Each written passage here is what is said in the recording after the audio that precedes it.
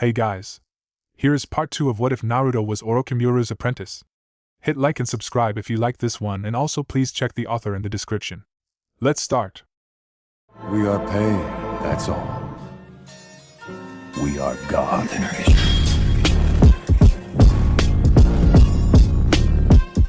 Chapter 5. Naruto poured the sample into the bottle and watched as the liquid inside it turned deep blue as the two liquids mixed. He smiled widely, enjoying the fact that he had managed to do it immensely. Production of the blood-mean counteragent was going smoothly, and even better, the necrotoxin was stable. They had just gotten hold of another corpse, and Naruto had decided to check if it evolved over time. 1 month was very little admittedly, but it was the biggest time frame they had. To his immense delight it hadn't, being just as susceptible as always to it. Still, it was something of a shame. Despite all the setbacks and frustration, Naruto had been happy while working on this project. It had truly been an immensely challenging task set before him, and while it was a rush to have solved the riddle, he now was left with nothing but routine. Hopefully this gave them a good enough reputation that he could make that request for extra funding soon. Putting down the glassware, Naruto turned around and pulled off his rubber gloves. Making a quick notation in the open notebook on the table, he decided to call it a day. The days after a major project like this, most activity was done. They were without job until some more stuff was shoved their way. How stupid was that? There wasn't even a decent organization for keeping track of their assignments. Next, after acquiring more funding, that was Naruto's highest priority to do something about. It was merely a matter of getting working routines.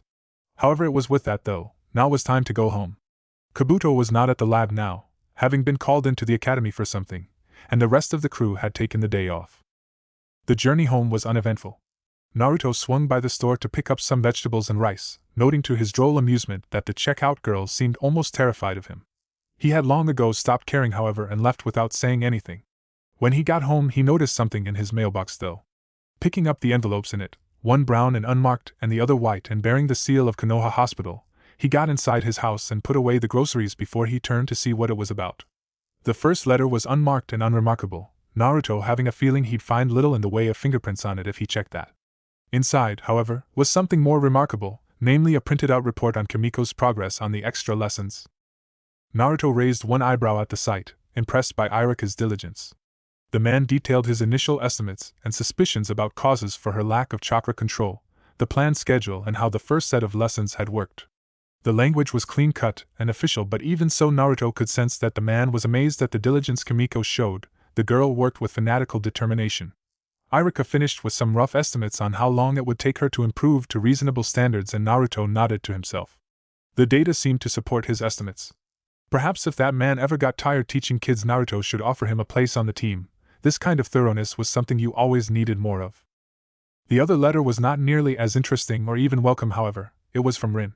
The woman had to go via the official channels in this work, he knew that, but it didn't change that he couldn't work up enthusiasm over being told that he had a full day of sample taking to look forward to.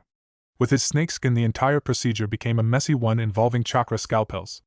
The lab work sucked enough time out of him. With the hospital looming ahead, he'd have even less in the way of time. Was he ever going to get to Oto? With a short sigh, he pulled off his shirt and went to the bathroom. During his quick shower, Naruto pondered on what to make for dinner. The choice at the moment was between vegetable stew or fish soup.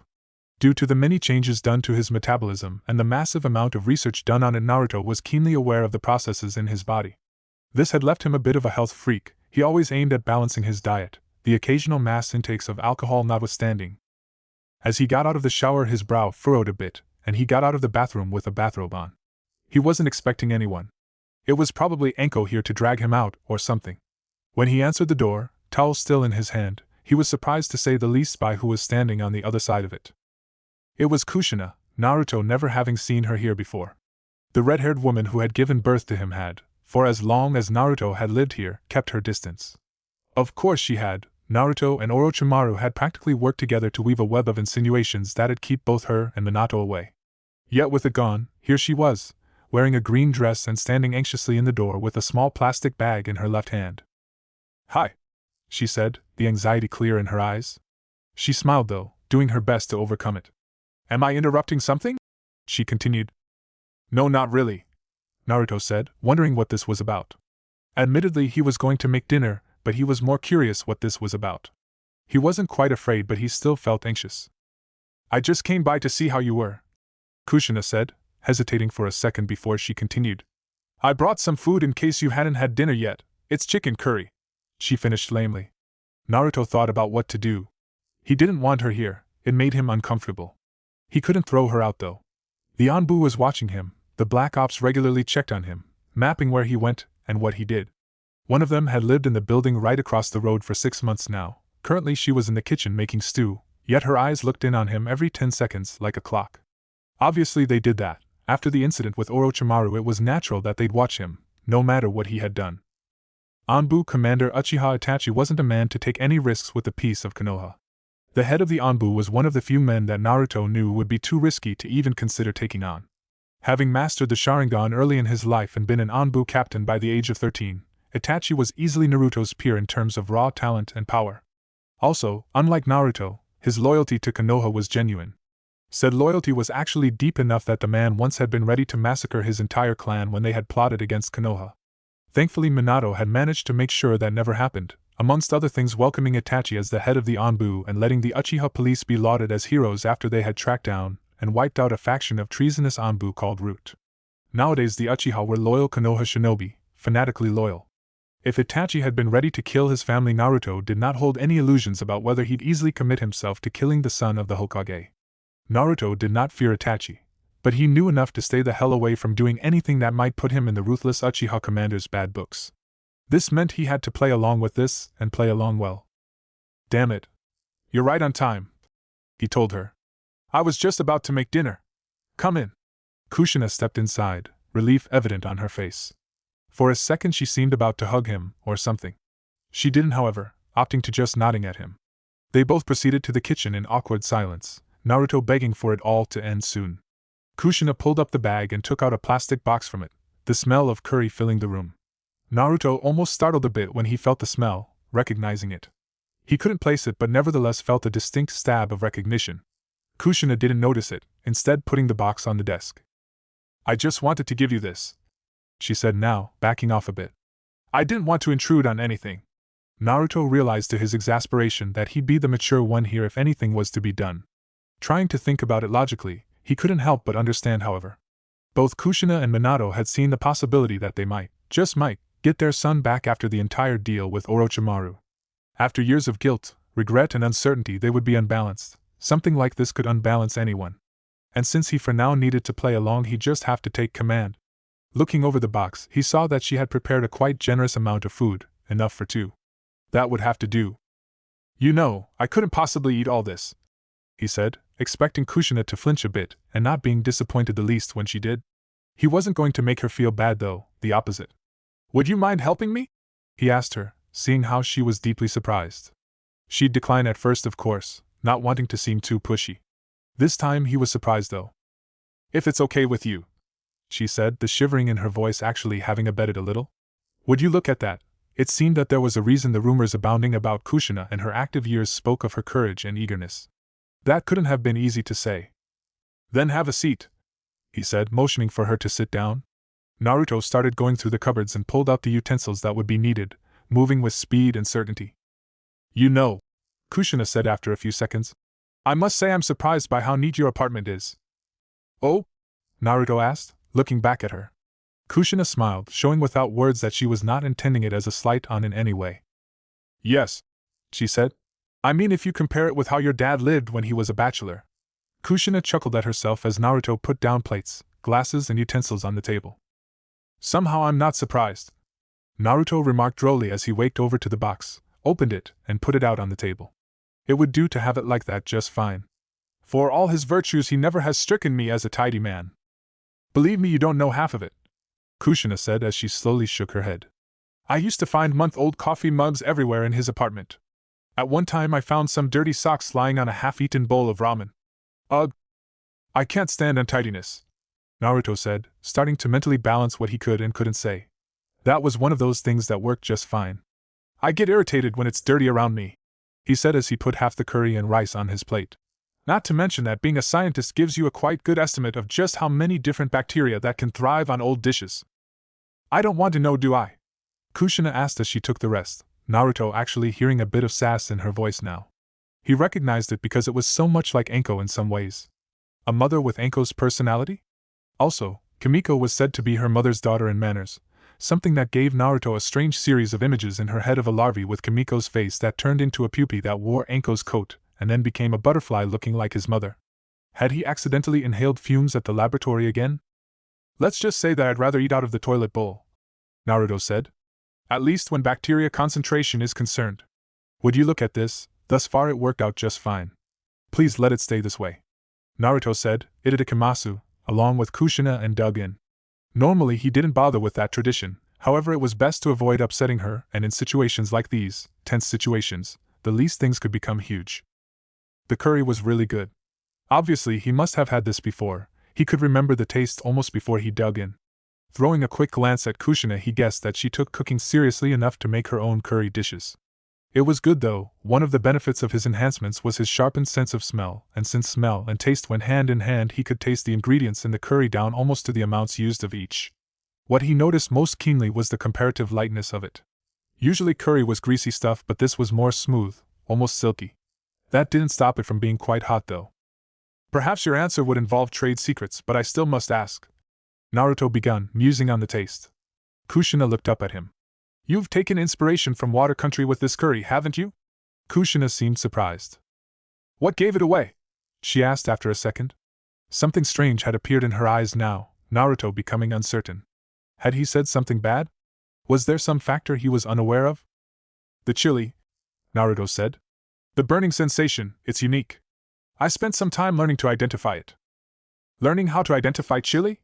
Kushina asked, raising one eyebrow. How to identify different poisons, Naruto corrected. The piquancy in chili comes from a substance called capsaicin. Technically speaking, it's a toxin which affects the mucous membranes in the tongue, an irritant. Short version, the effect is much like being burnt. Either way, only Water Country uses chili to any great extent, it's there that it's native. Therefore I guess that you took inspiration from there. Kushina sat silent for a second now. For a while she looked almost sad. Naruto still didn't get if he had done something wrong. Somewhere that subject seemed sensitive. Eventually she shrugged though. Yes and no, she answered. Far as I know it's a recipe from Whirlpool, my mother taught me it. Whirlpool? Naruto asked, confused. Here was a new detail. Was Kushina from out of Fire Country? How had he missed that? Now suddenly pain blazed in Kushina's eyes, shame and guilt flooding them. The mood dropped like a rock and she blinked, eventually looking away. Naruto realized what it was about.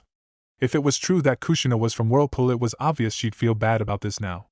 Her son didn't even know that after 19 years. Silence reigned for a moment now. Naruto balancing his words and trying to figure out the best thing to do. Kushina was looking away from him now, the first glistening of tears appearing in her eyes. Naruto, she said suddenly, Naruto wondering what would come now. He was getting that uncomfortable feeling again, something telling him to just get her out of there and never think about it again. I know this all is very inadequate and you probably don't have any reason to believe it. She swallowed, her voice breaking a little. But I'm so sorry. Kushina had to swallow before the grief overwhelmed her. Naruto felt a sudden stab at this as well, as if someone had planted a dagger in his guts. He couldn't breathe. I let you down in the worst way. Kushina continued. We both did, and not one day goes by that I don't wish I could undo it. You don't have to forgive us. I just wanted you to know how much we regret it all. Naruto prided himself on control and logic. He didn't feel, he thought. To be ruled by emotions was a failure to him. Yet right now he couldn't answer. The words he had thought would mean little and nothing struck him mute and paralyzed. He wanted to scream suddenly, felt like something built up inside him, and would make him explode if he didn't let it out. He kept his control though, settling for a deep sigh. Looking away from Kushina, he put down the chopsticks he was holding and folded his hands. I don't hate you, he said after a second, admitting to the truth. Looking up at Kushina again, he could see the sudden rage of emotions in her face, and raised one hand to cut her off. He need to say this in one go. I don't have any reason to hate you, if you feel you let me down. You can rest assured that I've come to terms with it. The circumstances were extraordinary to say the least. Yet at the same time, I have nothing that binds me to you. Not in that way. I don't know if you're looking for the boy who left home 12 years ago with Orochimaru, but if you do, I'm sorry, but he is gone. I am what you see in front of you, nothing more or less. My interactions with you feel like I'm trying to achieve something I can't, because I'm no longer that Naruto. I am no longer a child, and not just in the way most children say that. I have become an entity completely separate from you, one heading in a different direction. I do not want to create enmity or awkwardness, but I don't know if there's anything else to create. How could such a short speech drain him so badly? Speaking straight, without any fancy verbal twists, Naruto felt it as if he puked out his soul. It scared him, made him feel vulnerable. It was as if the snakeskin under his hide became useless, making him soft and weak. Kushina slowly nodded, Naruto feeling a pang of something in his gut at the look on her face. He should have done it differently. Sloppy, so sloppy. If he couldn't placate an emotional woman in a situation like this, what did he really know about wordplay? He should have been able to give her what she wanted, make her think it at least. Or should he? Naruto found himself actually getting uncertain. Did he want her to think it or did he want to be it? This might seem silly then, Kushina said after a second, her voice steadier than Naruto had expected. But would you like to give us a second chance? How do you mean? Naruto found himself asking. A clean slate, Kushina said. At least a try. We try to put the past behind and start anew, learn to know you as you are now. Do you think that's possible? Naruto asked, being surprised when in Kushina's eyes steel appeared. My mother once said that your children's happiness has to come first, she said. If something stands in the way of that, be it someone else, poverty, the ghost of the past, then you beat the CR. Naruto saw how her eyes widened and she stopped herself just in time. This not, Kushina said after a moment. Out of it and move on. You're still my son, that won't change, and if you want me to forget about that, Naruto, so I can see you as you are now, then I will. Out of nowhere there was nothing but steel in her eyes. Naruto saw a determination he'd never seen in those eyes before. It was immense, implacable. He had seen that only a few times before, mostly in the eyes of people resolved to fight until the bitter end, yet now they were in Kushina's eyes. Naruto found everything he had thought about his family placed upside down. Logically, he had known what might come, but to sit here and have Kushina offer something like that, with some of the most sincere eyes he had ever seen, was something altogether different. Thinking it over, Naruto tried to weigh pros and cons, feeling as if his mind was clogging up as he did so. One of the most important things in his life right now was the underground laboratory network. He wouldn't ever give that up. Would it become a greater risk if he accepted Kushina's proposal? Perhaps not. Naruto did admit that by tying himself closer to his family again he could gain extra leverage on his father to call eventual investigations off. Not even Itachi could disobey Minato's direct commands. Still, the risks were large, but so were the gains. In the end, Naruto made the call, the factor that made him make that decision having nothing to do with risk analyses or plans on manipulation, however. It was something else, something he hardly even could name, something he hadn't relied on for years. I have my own life now, he begun. Sending Kushina's disappointment, he hurried to continue. One where you are often not a part, even parts where I do not want you to be one. But if you want to make the attempt, I'll do what I can. Naruto had to force the last words out, the apprehension almost choking him. Inside the Hokage's office a full dozen elite shinobi stood gathered. 4 teams all in all had been assembled for the mission ahead and stood in 2 rows of 6 at attention. In front of them the Hokage sat, leaning back with a seemingly relaxed posture but with sincerity in his eyes. He was flanked by 2 people, one of them being his assistant, Hyuga Hizashi, and the other being his son and also the head of the science department, Namikaze Naruto. You're all here because the time has come to hit back against the Blood Needs. Minato begun, swiveling slightly in his chair. Our reports indicate the entire clan will be converging in the next week at the Hizuri Pass. When they do, you will hit them fast and hard, ending them in one strike. Hizashi? Yes, sir, the Hyuga said respectfully and stepped forwards. Pulling down a map over the pass from the roof, the man took up a pointer and started showing the attack plan. The targets have, according to reports, set up a base in this area. He indicated one of the more inaccessible parts of the pass. 3 weeks ago we started a misinformation campaign saying that the daimyo would take that route during the current month. From the looks of it they've swallowed the bait. From here they'll be able to strike at here, here and here. He showed 3 areas of the pass, cutting off anyone who goes through there from escaping and stopping any and all attempts at relief. Teams 1, 2, and 3 will approach the camp from here. He indicated a steep cliff wall. Attacking them from behind as Team 4 sends a genjutsu of a foe caravan through the pass. When they strike at the caravan you attack them from behind, boxing them in and finishing them in one strike. Namikaze-san? He finished now, turning to look at Naruto. This was it, the big moment. Naruto realized that he felt a sting of anxiety. What he did now would be his first high-profile appearance in this role since he took this post. Picking up the black box on the table, he opened it for all shinobi present to see. This is the main weapon during this attack. he said, not a sign of anxiety present in his voice. In it rested a series of what looked just like smoke bombs, only that they were a soft yellow. The pathogen in their blood that causes the necrosis is for all intents and purposes identical to antibodies, meaning there's a weakness that can be exploited there. Picking up one of the bombs from the box, he held it up for them to see.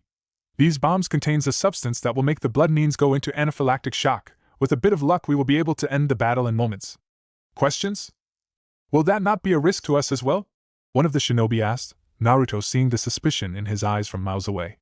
He gritted his teeth for one instant, knowing however that he should have expected this. It was probably for the best to do an unquestionable demonstration.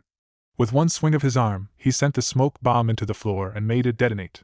Yellow smoke filled the room in a second and shouts of surprise and even shock came from the shinobi. For one instant it seemed as if chaos would erupt, but just as the first coughing started, a surprised exclamation could be heard from one of the younger jounin. Said jounin was Anko's friend, Kurenai, who had been promoted only days ago. Vanilla? She asked incredulously, just as the smoke cleared and order returned.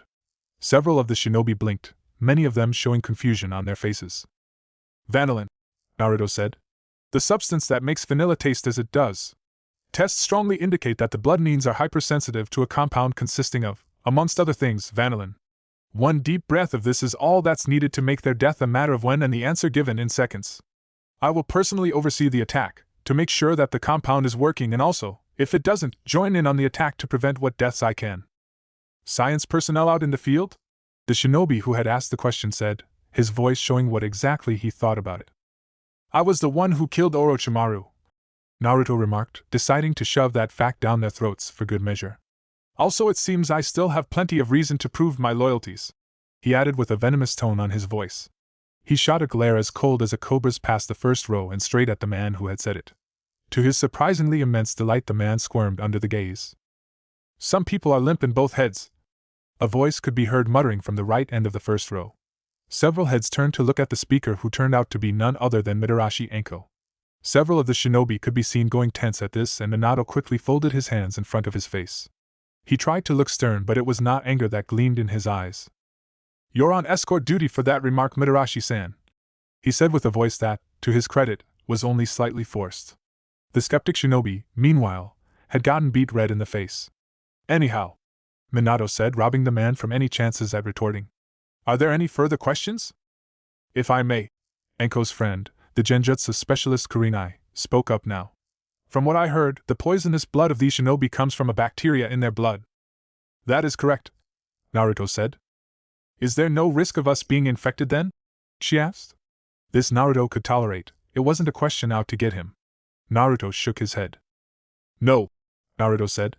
This specific bacteria creates the poison, the necrotoxin, in their blood. They only survive because the bacteria is adapted to them. As soon as anything else comes into contact with it, the only thing that could happen would be what already has happened, the necrosis. From an epidemiological perspective, it is a quite poor bacteria. It is not a good strategy to kill your host before you can use him to reproduce and spread even further. So short version, if so nothing we haven't seen already would happen. Just don't get hit by their jutsu.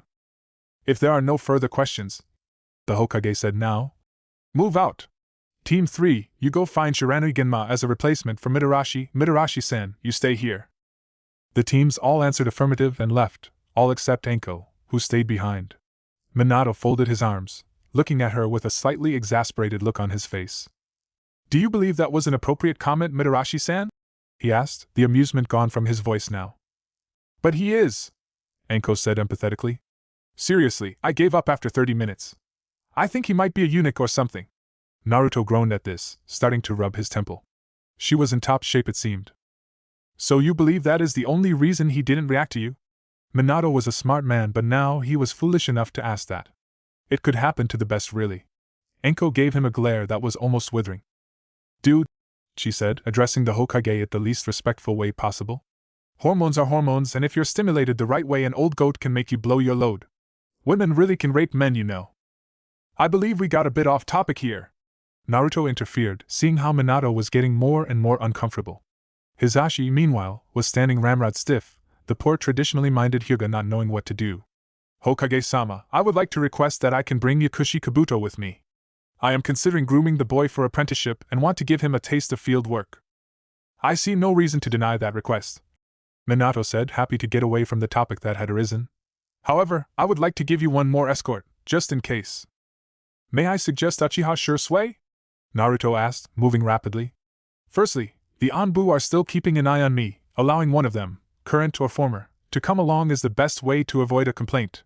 Secondly, he's the most skilled of them barring Commander Itachi, who for obvious reasons cannot take such an assignment. Thirdly, I noticed that each team had one Uchiha or Hyuga, there's no reason my team should be without. Suggestion taken, Minato said, raising one eyebrow and nodding slowly. Naruto could see the approving look on Minato's face, seeing that the man understood and approved of his political skill. Naruto felt something at this, something in his gut. It wasn't an unpleasant feeling though, just alien. I'll have Shursui sent to meet you at the gate, Minato continued. Further questions? Then move out. Yes, sir, Anko said with a grin and a salute. I'll take good care of your boy like always, she added, making Minato flinch and Naruto grit his teeth. Oh ancestors, there was no way she couldn't be aware of how that was going to be interpreted. Are you? Minato begun before he could stop himself, Anko pouncing on the opportunity. That's for us to know and for you to find out, perhaps in 9 months. There was something equally much horrified and petrified in Minato's face now. Anko kept going though. I will say though that he's incredible, even the first time it took an hour, with expert techniques, to get him to the finish. She continued, hammering it in for all it was worth. Minato's mouth was moving up and down, the man not managing to find an answer. I do nothing with her, Naruto said now, grabbing Anko by the scruff and dragging her outside. His voice was flint hard and his teeth clenched. He had to get them out of here. If this kept up, Minato would end up berating Anko for an hour or something, an hour they didn't have. He's so shy, Anko cooed just as the door closed to the Hokage's office. So what? Anko said as she, Naruto, Kabuto and Shursui were all jumping through the trees. Naruto still looked like a thundercloud. As you said yourself, you don't see him as family, therefore I can say what I want to. She spoke in a relaxed tone even as they were leaping at near full speed. The trees swished past them, turning into blurs. Barring that, that is the single most degenerate form of logic I've ever heard. I hardly appreciate your crude insinuations, Naruto responded, glaring back at her. If nothing else, lying to the Hokage causes problems for both of us. I'm not the one lying, Anko said. We do things together, don't we? What about that drinking spree? That's something, right? Furthermore, I did take care of you while we were both apprentices, and he would find out the truth sooner or later, even if the truth is that we do nothing. It's not my fault Hokage-sama connects everything to sex. She said that last thing with a wide grin, being in her element at the moment. Okay, I give up, Naruto said with an exasperated voice. You win, can you please try to stop behaving like a psychopathic nymphomaniac? I know rising above one's nature is hard, but try at least. I love it when you talk dirty to me, Anko purred. Meanwhile, Kabuto was doing his best to feign a neutral expression, and Shursui's face was a study in complete control and focus. The Uchiha special policeman did stare straight ahead, however, refusing to look at either Anko or Naruto. If that was because he wouldn't be able to stop himself from laughing then, or if he was too disgusted was anyone's guess. Naruto didn't say anything more from this point on, deciding to not bait her anymore. Or wait, he was able to do something, at least for now. It did mean an escalation perhaps, but it was too good to not do it. Look, behave from this point onwards and I will tell you the code word to use my special tab, he said, keeping a straight face flawlessly. Anko's face shone up now, however, hook, line, and sinker it seemed. Now you're starting to get my attention. She smiled widely. Special tab, huh? Yes, one of the many things Orochimaru gave me, he said. I can drink as much as I please and pay later. You can use it if you swear to stop acting like a genocidal slut for the rest of this mission. Do we have a deal? We most certainly do, Anko grinned. Come on then, kiddo, let's wrap this up as soon as possible. With that, she started moving faster. Dashing ahead, she was soon several meters ahead of them and rapidly increasing the distance. Naruto sped up, knowing that Kabuto and Shursui could keep up. Silence at last. Anko was as good as her word, and the silence lasted for several hours, until they reached Hizuri Pass. The four stopped right before it, and started moving normally, not wanting to be spotted. They all got into position soon, a large peak from which one could watch most of the pass, and which lay only a short dash from the ambush spot. The four of them hid behind some large cliffs, watching the surrounding mountains. Shursui especially kept his Sharingan active and scanned the area. No signs of movement yet, he said quietly, calm as all Uchiha tended to be. Naruto nodded slowly. Checking his watch, he saw that they still had 17 minutes. Then let's go over it one more time, he said, drawing up a crude map of the pass in the sand and going over what they could expect. 1 team to put a genjutsu on the blood nin to make them think the caravan was approaching, 3 teams to hit them with the compound and finish off survivors and Naruto's team as observers or if need be backup. Should the genin be here then? Shursui asked when Naruto was done, looking at Kabuto. I have Hokage-sama's permission, the young boy answered. To many that would have been a suspect or at least an unsatisfactory answer, but to the Uchiha, ever sticklers for rules, it was quite enough. Boring, Enko muttered, the woman unsatisfied about being stuck on backup duty. Naruto gave her a quick glance though. The tab, he told her, making her shut up instantly. Checking their equipment one more time, the team turned to look through the pass again. Now came a part that few stories ever told about, the waiting. It was only a few minutes, for many shinobi waiting could consist of hours, and the team was skilled enough that it was no problem. The minutes ticked past slowly but steadily, but in the end a faint movement in the west made them all glance towards it. Sure enough, they could faintly spot a caravan making its way towards the pass. Seems the genjutsu users decided to go with the dramatic option, Kabuto remarked as they saw a large caravan, dozens of animals and almost 100 people. 2 mounted soldier squads could be seen at each end of the caravan, and more marched inside it, sat on wagon or what have you. In the middle of it all a giant wagon with elaborate decorations was being dragged by 4 large oxen. Admittedly, for the daimyo to travel in anything less would be suspicious, Naruto remarked. Shursui, do we have movement? The Uchiha had only cast one glance at the caravan before turning back to scan the other side of the ravine. For several seconds he didn't say anything but then gave an affirmative sound. 12, no 16 figures, the man said. They're making their way towards the edge of the cliff. North-northeast by the outcropping. Naruto turned to look and his sharp eyes could only barely make out the figures. The Sharingan truly was a powerful ability. To Shursui those people were like small flames running across a dark surface. The figures were quite easily spotted when they came out in the open though, not wearing any special camouflage. Naruto felt a small sting of anxiety. The blood nins, his former master's creation, the monsters that had only been one of the many things that lunatic created. Naruto took a deep, slow breath, readying himself for what would soon happen. The seconds passed as slowly as the minutes had and the caravan seemed to crawl forwards. Enko pulled out a kunai and began to slowly fiddle with it, her eyes deathly sharp. Kabuto meanwhile was seemingly fully relaxed but his hands were clenched. Shursui kept his eyes forwards, slowly reporting on what he could see. The targets had lined up along the edge, planning to strike all at once from the same direction. Naruto thought that it concurred with the reports. Mass force would cause chaos, and in that chaos they butcher or infect everyone that came close.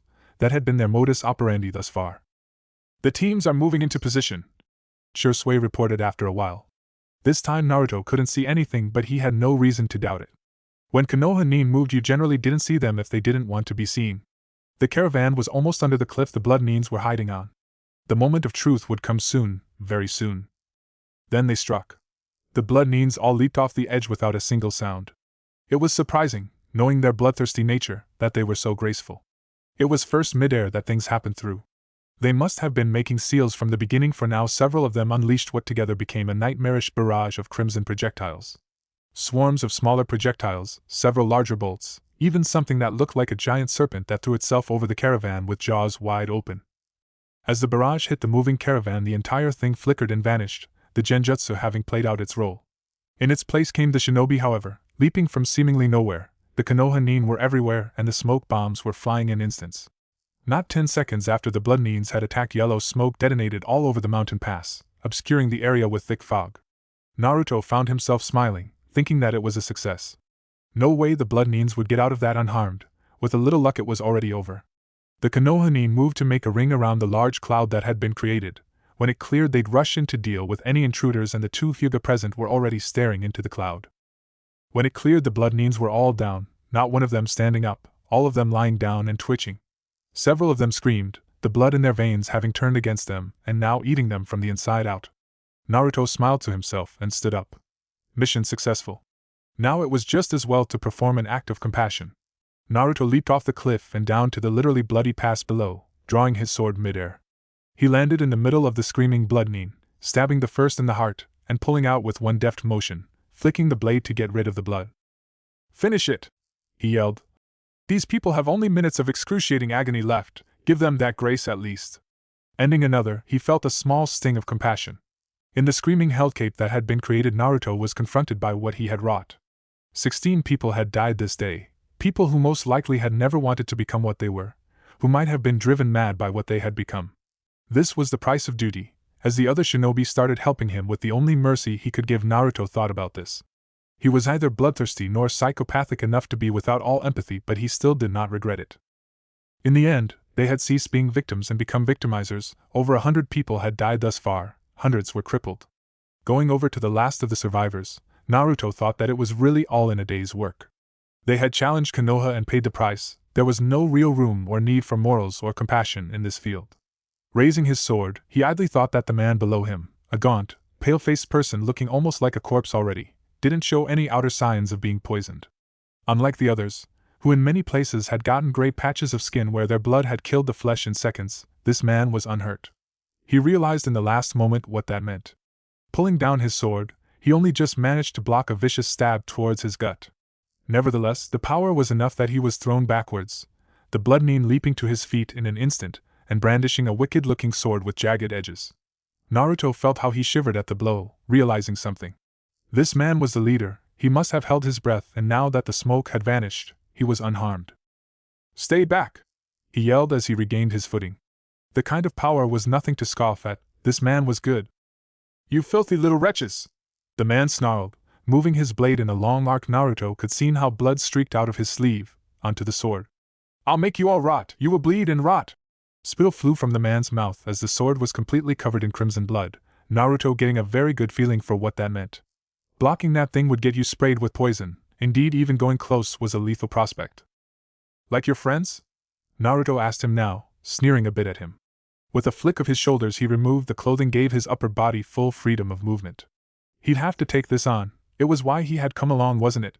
The man swallowed his insults though, turning the ghoulish face into something almost demonic. There was little to no humanity in those eyes, only cruelty and hunger. "Aren't you in luck then?" Naruto asked, tossing the kusanagi into the air so he could free his arm and grabbing the sword again when it came down. "Sometimes fate is kind, even to wretches like you. The creator of the thing that did this is right in front of you." "Grr!" the man snarled, panting unevenly, even drooling. The insanity was clear, he was psychotic. There was not like he lacked reason to be that, however. The necrotoxin didn't hurt him, but it could have psychedelic effects. The suffering wrought on them by Orochimaru could have twisted them as well. This kind of mentality worked well for attack dogs meant to cause chaos.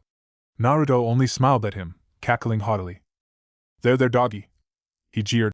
"Try not to drool, there's enough liquids made from your kind around here. Did you perhaps misplace your napkin?" That was all that Naruto needed to say. The man launched himself at Naruto, roaring as he swung the blade in a wide arc.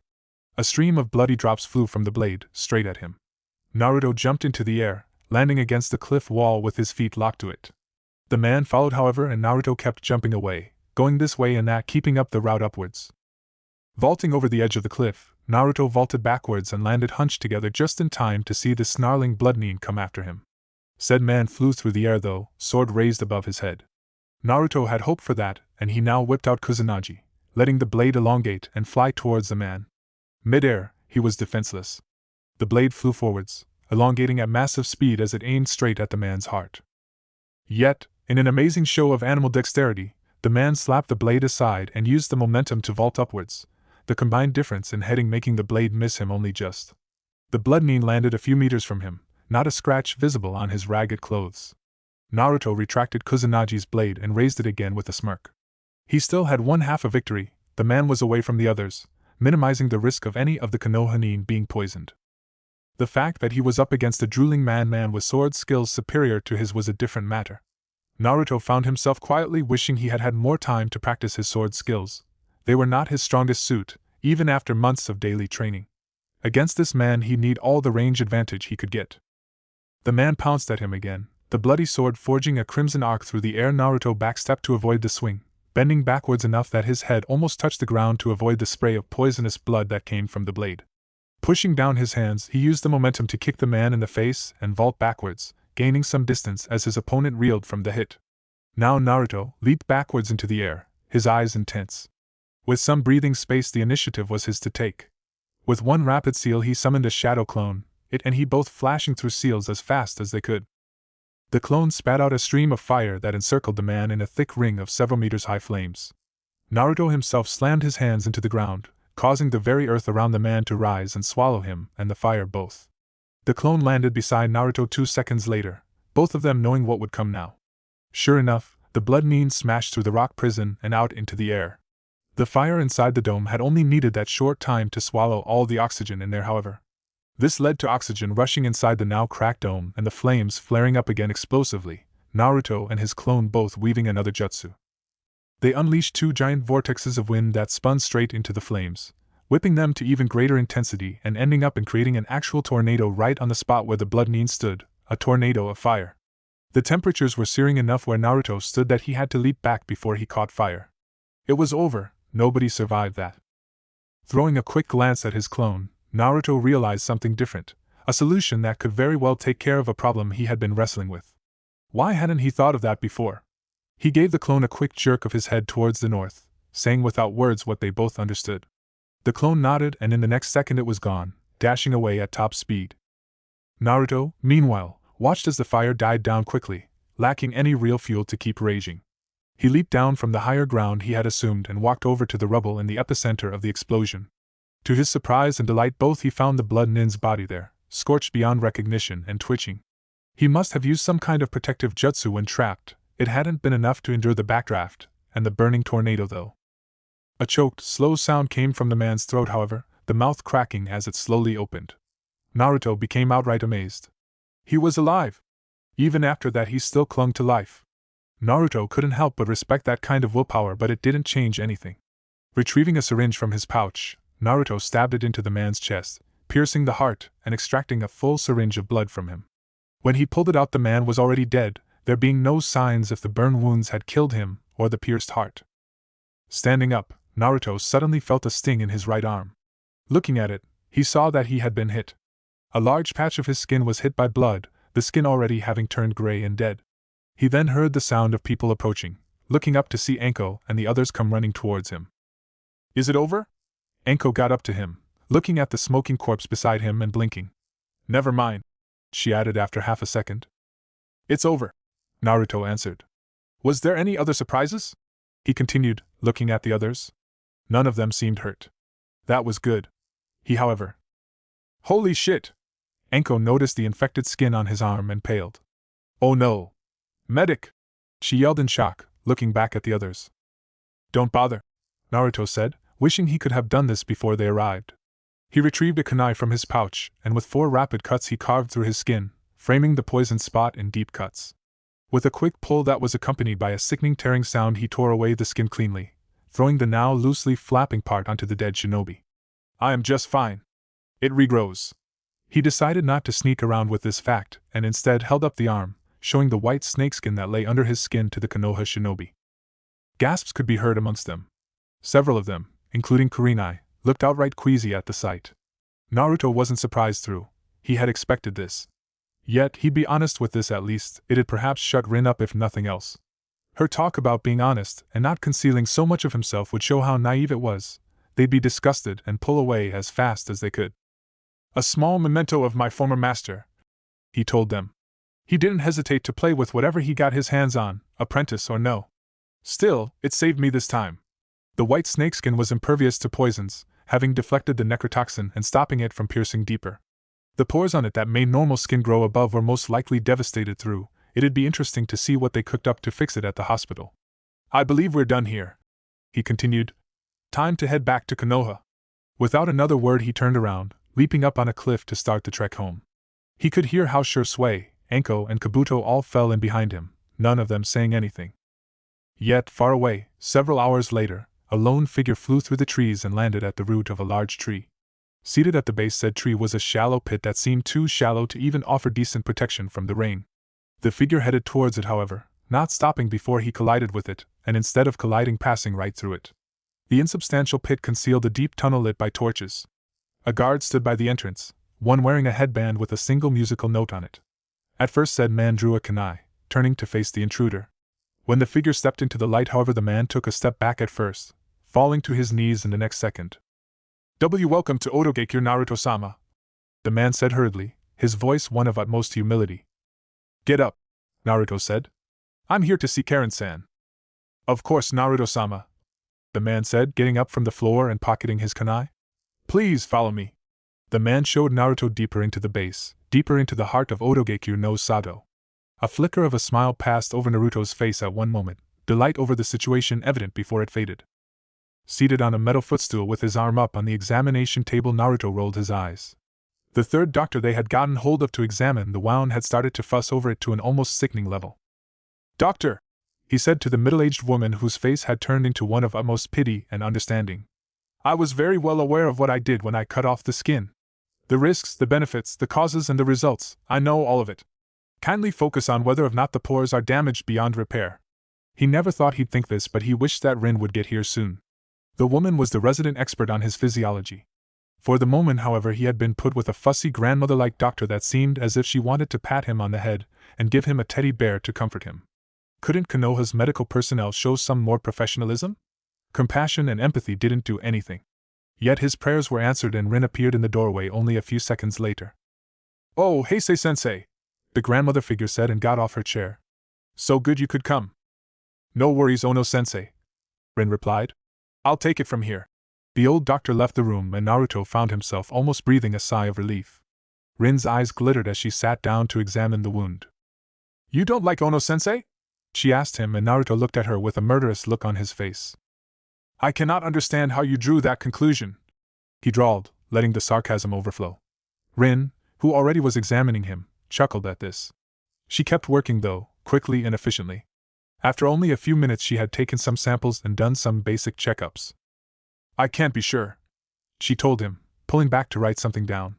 But it looks as if the pores sealed themselves when the toxins started eating through your skin. If so, you'll have the outer layer back within the month. I need to get the test results to be sure though.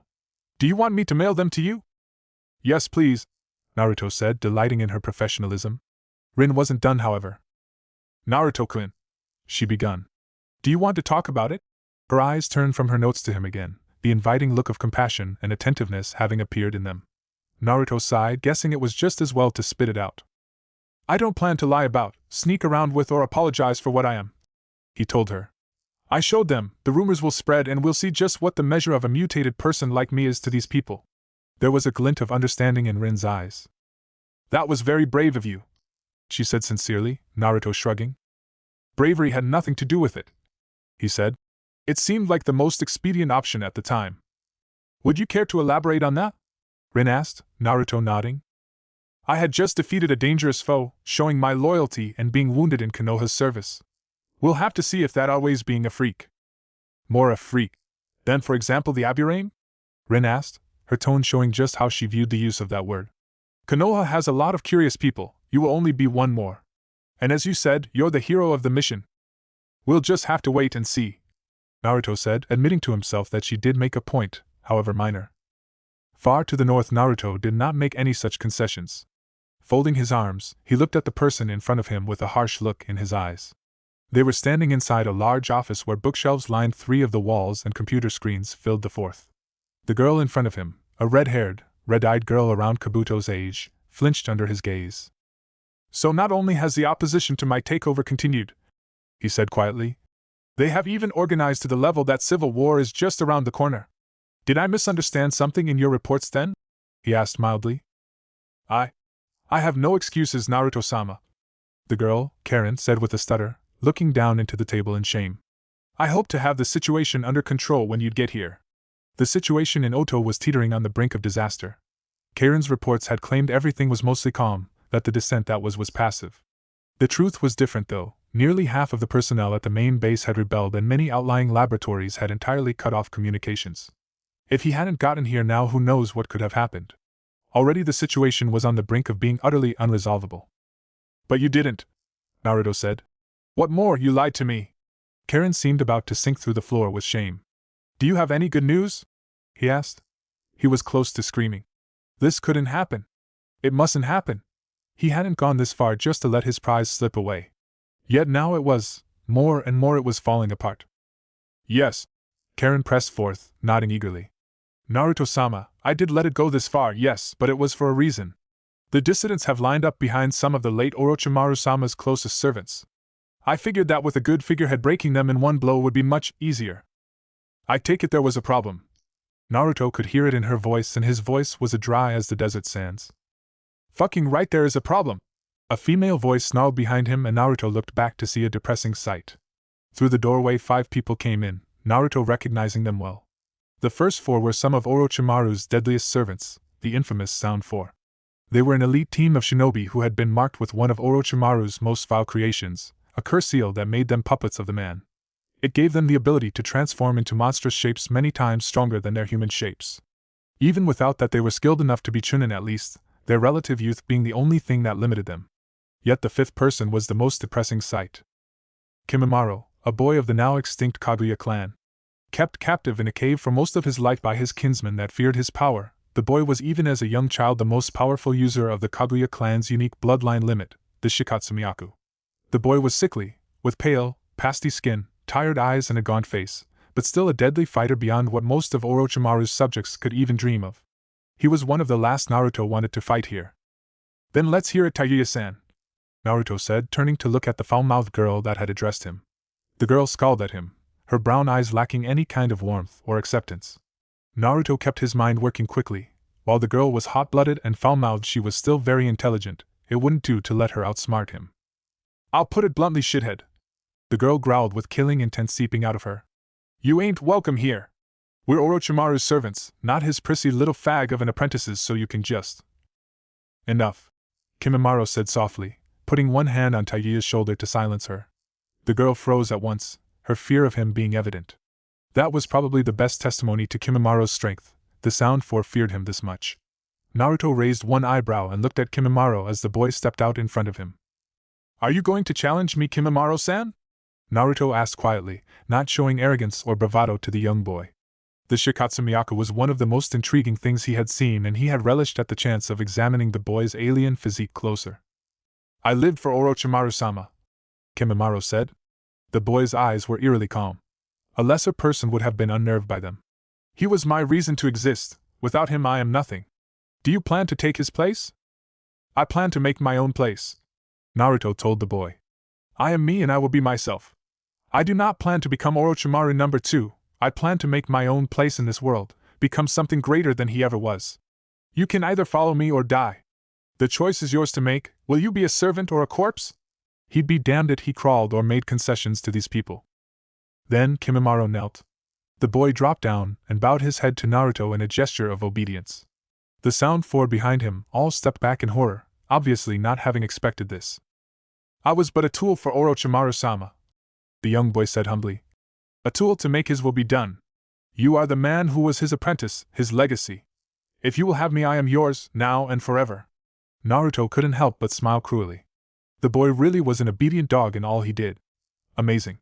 He truly didn't know how to live for himself, instead clinging to his master. If he realized that Naruto was the one who had killed Orochimaru, Naruto preferred to not think of that, instead kneeling to put a hand to Kimimaro's jaw. Lifting his face, he stared into the boy's serene eyes. Then you are mine, he told him. Now and forever. No matter what comes, you will serve me. Understood? Yes, my master, Kimimaro said, a tone of satisfaction being in his voice. He was home, he had a master now, he could live again now.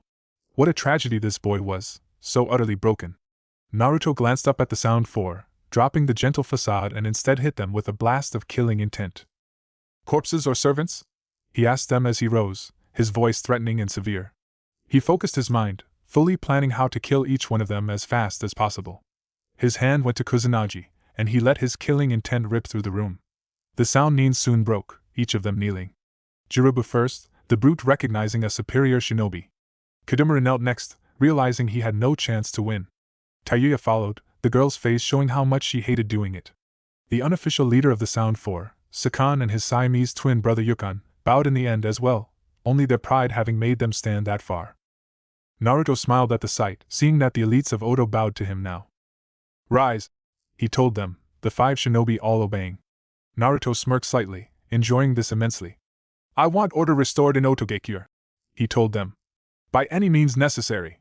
Restore my control over the outlying bases and deal with whomever opposes me. Crush them, no mercy. Kimimaro, show your devotion to me, you're the second in command in Oto from now on. By your command, Naruto-sama, the shinobi all murmured. Naruto felt anger boil inside him, anger at whomever dared to oppose him. None was allowed to do that, none was allowed to claim the legacy his master had left. It was his. He would take it, refine it, and use it for Konoha no matter who got in his way. He'd rather see it burn before he let anyone else have it. He showed none of this though, instead glancing at Karen. The girl seemed shocked at having been relieved of command but didn't say anything. Karen, he said sternly, I leave it with you to aid Kimimaro. Do not let the traitors win this and I will be with you soon, he said. That was all he needed to say. Karen obeyed. With that, the shadow clone dismissed itself, vanishing in a puff of smoke. Meanwhile, far to the south, the real Naruto startled as the memories of the shadow clone rushed to him. Rin, who had been patting the bared snakeskin on his arm with a disinfectant, glanced up at him. Did I hit a nerve? She asked, Naruto shaking his head. It's all right, he said, having to strain himself to not groan. Damnation. Things were not playing out as he had wanted them to. A new solution had to be found and Naruto thought about it. Even with the Sound 5 on his side, he had no illusions that the vast majority of Orochimaru's scum would like nothing better than freedom, a freedom where they could use their Orochimaru-given powers to do whatever they wanted. Still, he could solve this, one way or another he had to. A plan was already building inside his head, a plan that he had considered but not refined. That he did now, if he pulled it off it was a good alternative. He'd need to play it well though. Staying focused, he headed instantly for the Hokage's office when he was done with Rin. He kept up an appearance of haste, almost mania, like he had discovered something earth-shattering. The people of Konoha kept out of his way, the glow in his eyes evidently frightening them. Yet Naruto didn't care, bumping into people on a few occasions, and when he reached the Hokage's tower he practically leaped up the stairs and got into his father's office by slamming the door open. Minato was sitting in his chair, reading some report, and when Naruto slammed the door open he was evidently startled. Hokage-sama! Naruto yelled before he came up to the man's table and put one hand down on it. It's not over! What do you? Minato begun. Those blood neens, I wasn't sure but now I am. They are Orochimaru's creations. Minato startled again at this before his eyes narrowed. Explain, he demanded, Naruto nodding. Those blood neens didn't develop their skills naturally, I understood that now, then never mind, he said, seemingly having been about to launch into a long explanation. The thing is that Orochimaru must have had a much larger network than I ever was told of. He continued now, he was restrained but still emotional. For the Hokage that would set off warning flares, huge ones. That he even showed emotions was a huge thing. That very network is probably filled with Kami knows what horrors that man developed. I only knew of laboratories in Fire Country, but he must have had them all over the elemental nations. The blood neens came from one of those very laboratories. Naruto, seemingly too excited to stand still, started to pace around the room. For all we know, he said, Kami's grace, we might have unleashed an entire army of mutants, and whatever scum that man had gathered throughout the minor nations. Knowing him, each of those will have some kind of bond to Orochimaru. Hokage-sama, Hizashi begun now. If the other nations find out that one of the Sannin was the one behind those laboratories, they'll blame Konoha. And we'll end up cementing every single one of the minor nations where Orochimaru worked against us. Minato finished through clenched teeth. Damn it! He got out of his chair now. Naruto! Your new mission is to track those laboratories down.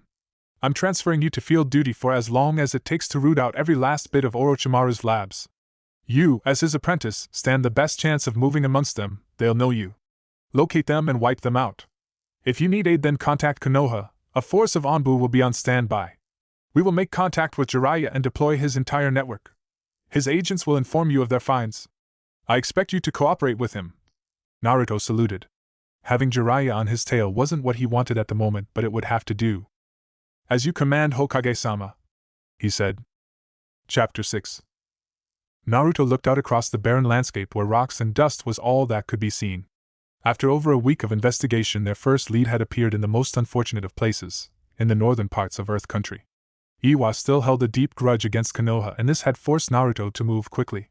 This base wouldn't just create antipathy against Konoha from Iwa's side, that existed aplenty already. It would provoke a war. Naruto had therefore moved here with all due haste, avoiding the Iwa sentries and heading straight for it. He did not know what the northern laboratories held, Orochimaru had been silent about it, but whatever it was probably something big. Walking amidst the stone pillars, he kept eyes and ears open. The entrance was, according to Jiraiya, hidden some distance away, but it wouldn't be strange to find traps of some sort around the place. The wind blew cold under a clear sky, red rock the only thing that could be seen for miles in all directions. He was high above sea level, enough to, combined with the latitude of this location and the time of the year, make the place very cold. The wind was near freezing in temperature. Yet, the cold didn't bother him at all. The only thing in his mind was the destruction of the place ahead. After several minutes of careful advancing, he came to notice a building in the mountainside, one with a large flight of rock stairs leading up to it. What he noticed even more, however, was the man currently laying on the ground at the bottom of these stairs. He was quite easy to notice, especially since he did not have his head. Naruto knelt by the corpse and pushed it onto its back to investigate. Something, had torn off his head with immense force. The giant wound where his neck should be was ragged enough that it seemed to be a bite wound. The broken fingernails suggested the man had struggled, however. Also, judging from the state of his clothes and the fact that his ribs were broken, something had grabbed hold of him to do it. The discoloration on the front side of the body as the blood had slowly ran down into it, as there was no longer a beating heart to pump it around, along with the stiffness, and the lowered body temperature meant that he had died a while ago. However, it was not long enough that the corpse had had time to start getting bloated. From the temperature, Naruto estimated the time of death somewhere between 8 and 10 hours ago. Judging from his clothes, he had been a scientist. Now Naruto was interrupted as something forced its way out of the door. Naruto's eyes widened at the sight of what came at him. It had reddish-brown skin, large horns in the same color. It wore the simple clothes of a patient, or, if his first guess as to what exactly this place was correct, a research subject.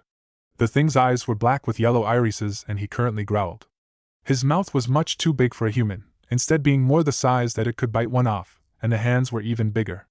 Naruto could only stare at the sight initially. What kind of aberration was this? However, after only a second he smiled, understanding something.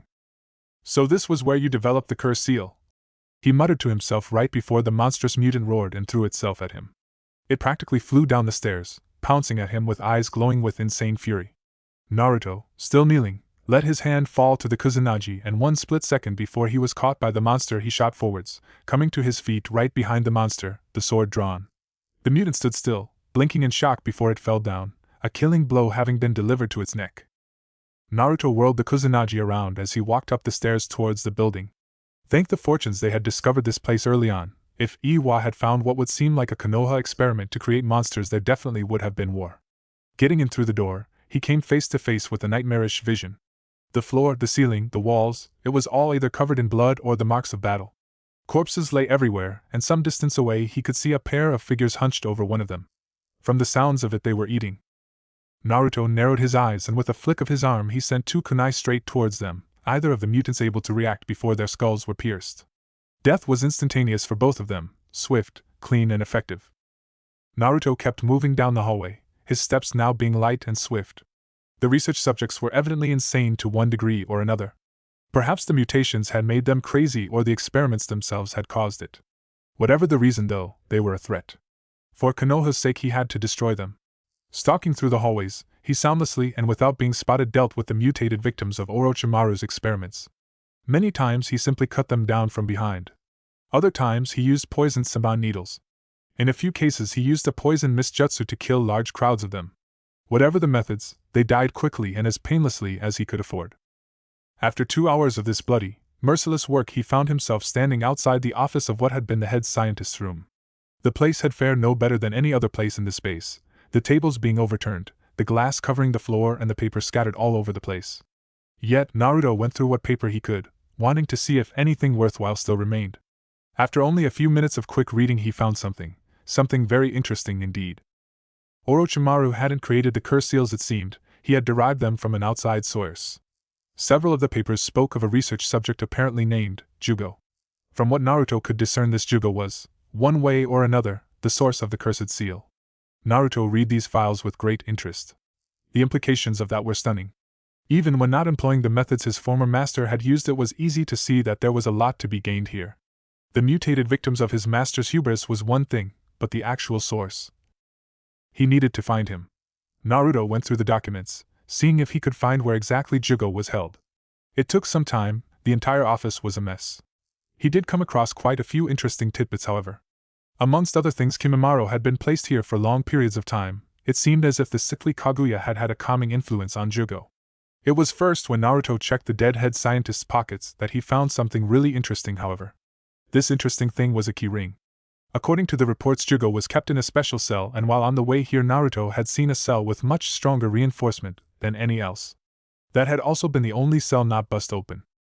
It didn't take Naruto's mental facilities to put two and two together, and he didn't waste any time to head for the door. It was an impressive construction indeed. At least 1 foot thick steel, extra chains going across it, and nearly a dozen locks. It was easy to see that the scientists here had feared whatever was inside this room. Naruto started opening the locks, one after one, with a sense of anticipation. Whatever was in there didn't thrash around, everything was deathly silent. When the last lock opened, the door swung open automatically, Naruto taking a step back and making sure to bounce on his feet, ready to act if he had to. He had to. A roar came from inside the room, a hoarse, guttural outcry that sounded much like whatever was in there screamed, "Jackpot." Only a second after that the person captured inside was upon him. Naruto had only just enough time to perceive a large, burly person with orange hair come crashing out of the cell. Even with his agility and trained reactions, it was only barely that he managed to get out of the way before he was body slammed into the wall. Leaping through the air and landing several feet away, he was first now managing to get a good look of Jugo. He was massive, nearly 2 meters tall, and with a heavy build. His back-combed hair was orange, and his eyes red. Black spots covered his face, and his fist was currently transformed into the reddish skin that was a clear sign of the curse seal. It was also the size of Naruto's torso, and had created a massive crater in the wall. His eyes turned towards Naruto, nothing but madness visible in them. With surprising agility he got his fist out of the wall and headed for Naruto again, accelerating to the kind of instant speed he had had while coming out of the cell. Naruto, still off balance, was unable to dodge this blow, and Jugo's fist buried itself into his gut. His eyes widened. What kind of insane power was this? It was like a high-speed battering ram. Amongst all of Konoha's shinobi, only Mato Guy could hit with this kind of power. Naruto for 1 second looked like he was going to puke his guts out, then suddenly his attacker became aware that he had in truth punched his fist into one large writhing mass of snakes. Naruto, meanwhile, was gone. A crescendo of hisses came from the snakes as they all bared their fangs, over a dozen mouths dripping with venom going for Jugo's bare arm. None of them had time to bite him, however. Jugo's arm morphed into a giant spiked club, impaling the snakes instantly. Flinging his arm to the side, he made it morph back to its natural shape just in time to look down and see Naruto's hand sticking up through the broken floor. With a choked cry, Jugo was pulled into the ground, all the way down to his neck, and Naruto burst out of the ground a few meters away. But Jugo wasn't done, it seemed. With a roar he made the ground around him explode, Naruto stepping back in shock, and a moment later Jugo was at him again. This time Naruto was ready, however. Making the snake seal, he took a deep breath and blew a cloud of deep green gas into Jugo's face. When Jugo came out of it was stumbling and with wide eyes. His feet seemed suddenly unable to keep up the speed he was going at, and he crashed into the ground, Naruto being upon him in an instant. Pushing a Saban needle into the young man's spine, he made Jugo cry out in pain. Leaping off him, Naruto was greeted with the sight of the black marks receding and the madness leaving his eyes. According to the reports, Jugo had a split personality, one of rage and bloodthirst, the other of gentleness and pacifism. Naruto's acupuncture had calmed him, and now the man lay paralyzed on the floor. "Jugo, I presume?" Naruto said, hunching down in front of the restrained man. Jugo seemed confused now, at least at first. The young man looked around himself, blinking confusedly. Then the fear came. "Oh no," he said, his voice trembling with fear. "Oh gods!" "Calm down," Naruto begun. "I will not hurt you, not unless you give me a reason to." "Put me back in!" Jugo yelled now, wild fear in his eyes as he struggled against the paralysis that held him. Naruto almost recoiled at the sheer desperation in his voice. "Please!" the young man screamed. "Put me back in before I hurt more people." "This base is destroyed," Naruto told him. "There's nothing left here. Soon it'll collapse unto itself." "What?" Jugo begun, despair beginning to appear in his eyes. I wondered why they didn't make me do more tests, but, oh gods." Jugo gritted his teeth now, clenching his eyes shut as he looked down into the floor.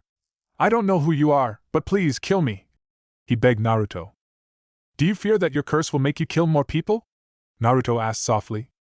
"I don't fear, I know," Jugo exclaimed. "Please, show me that grace. If I can't have this thing cured, then I might as well die." "You seem awfully quick on giving up on life," Naruto told him. "Have you really so little hope left? Do you truly think there's no way left for you to find a cure?" "I tried," Jugo yelled.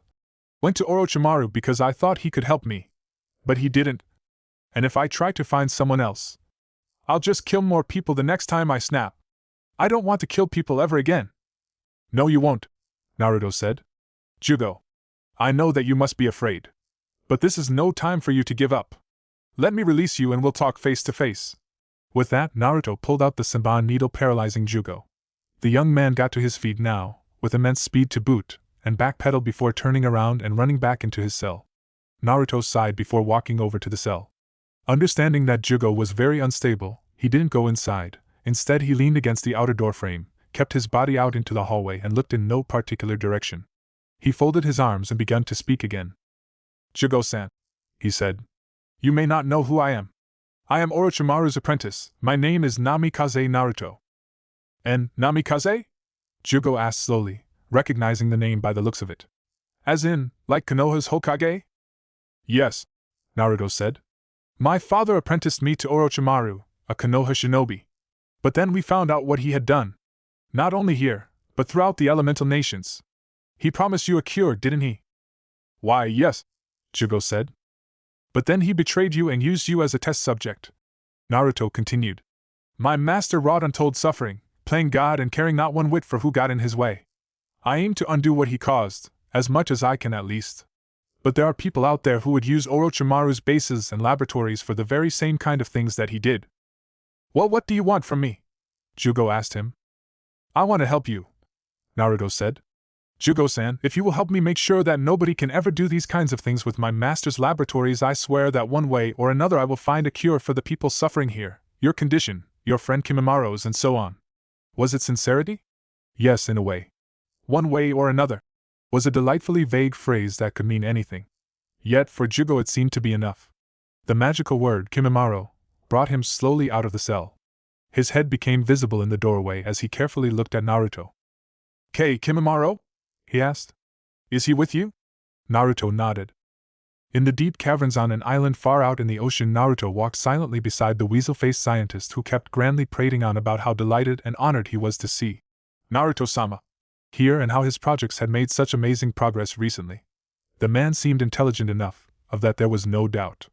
Yet as Naruto walked through the dark, dimly lit laboratory with all the large test tubes throughout it, he came to the conclusion that it was not the intelligence that was the issue here.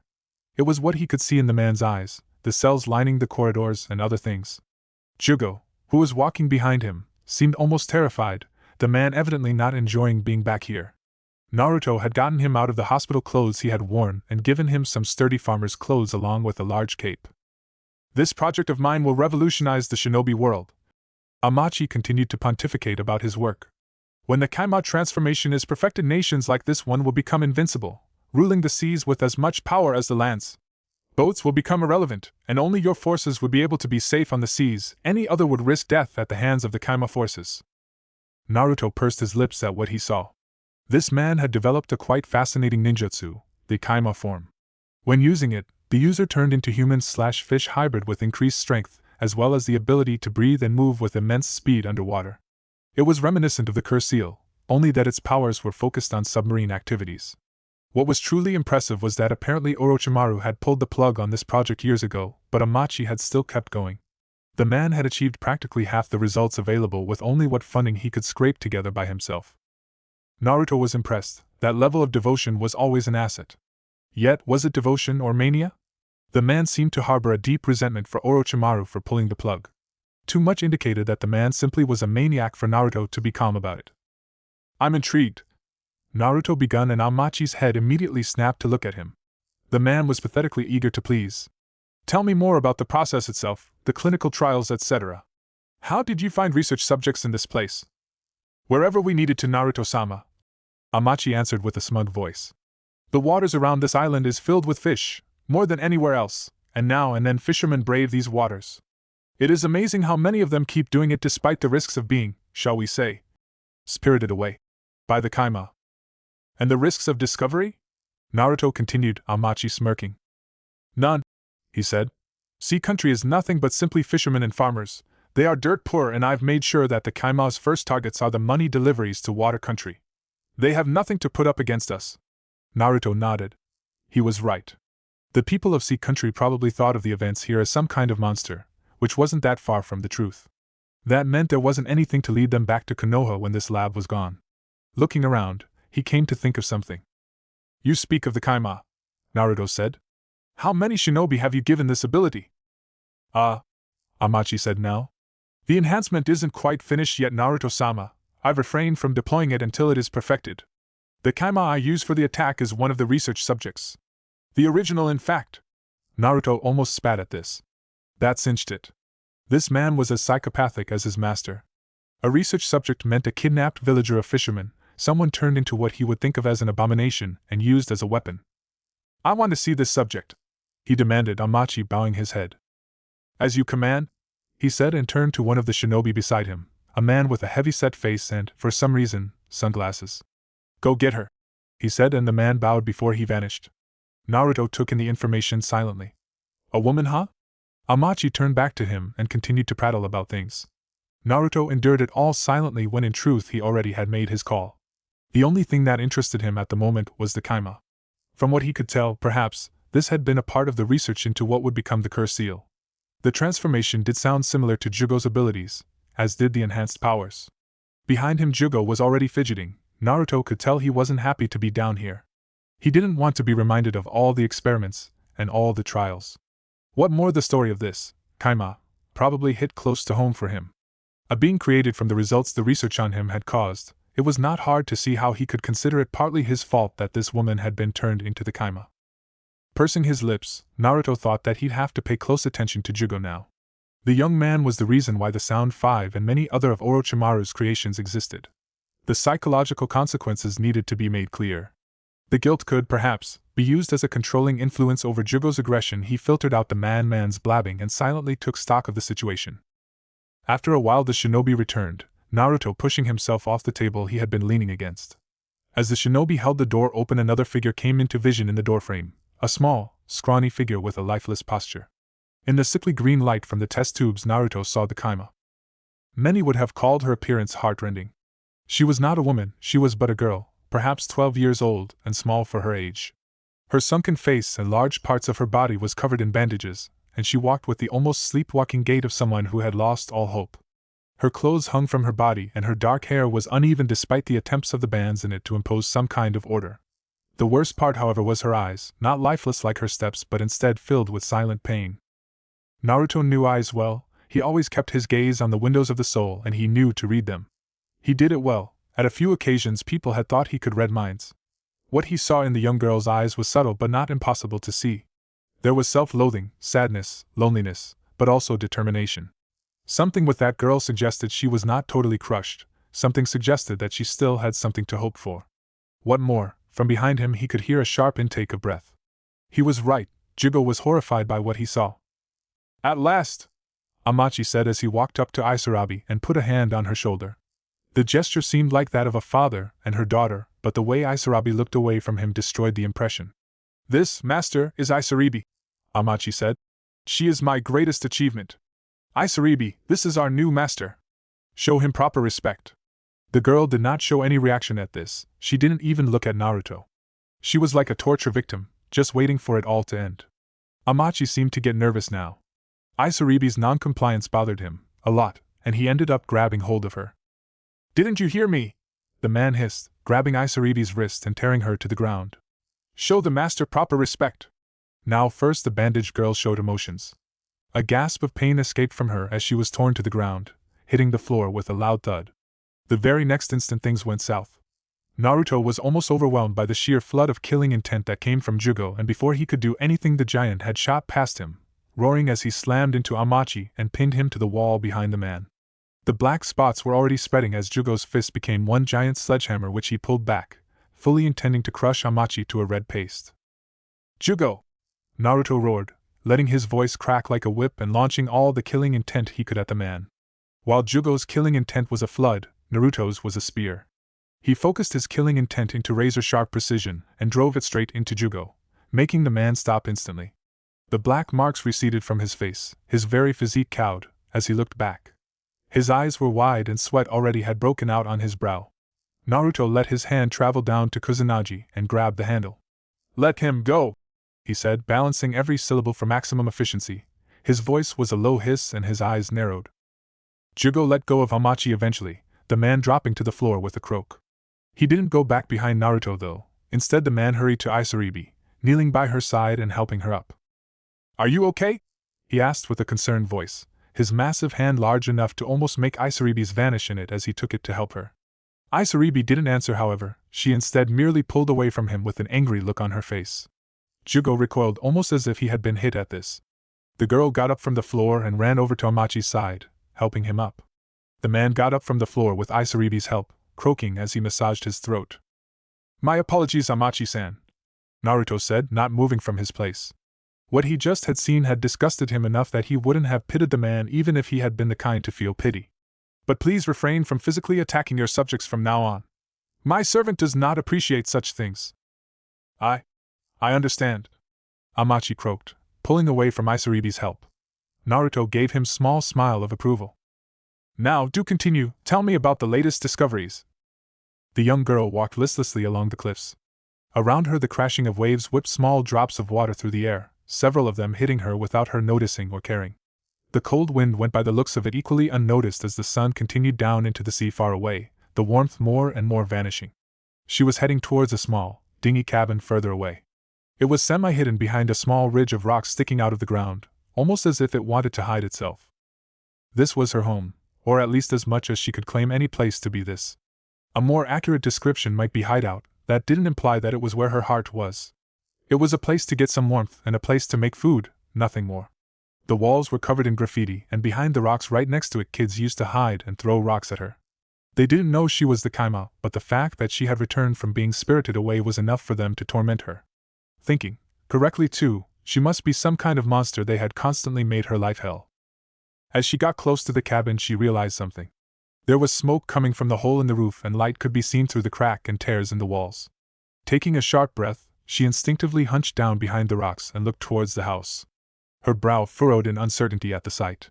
The first thought that came to her was whether someone had lit her cabin on fire. Fear made her way into her at this. She only had this hideout. If she didn't have it she'd be forced to sleep in Hamachi's laboratories, and she didn't want that. Anything but that too.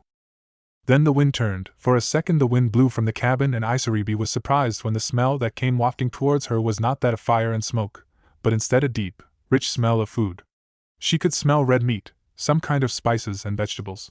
Her mouth watered at the smell and she felt her stomach growl. It smelled good, incredibly good.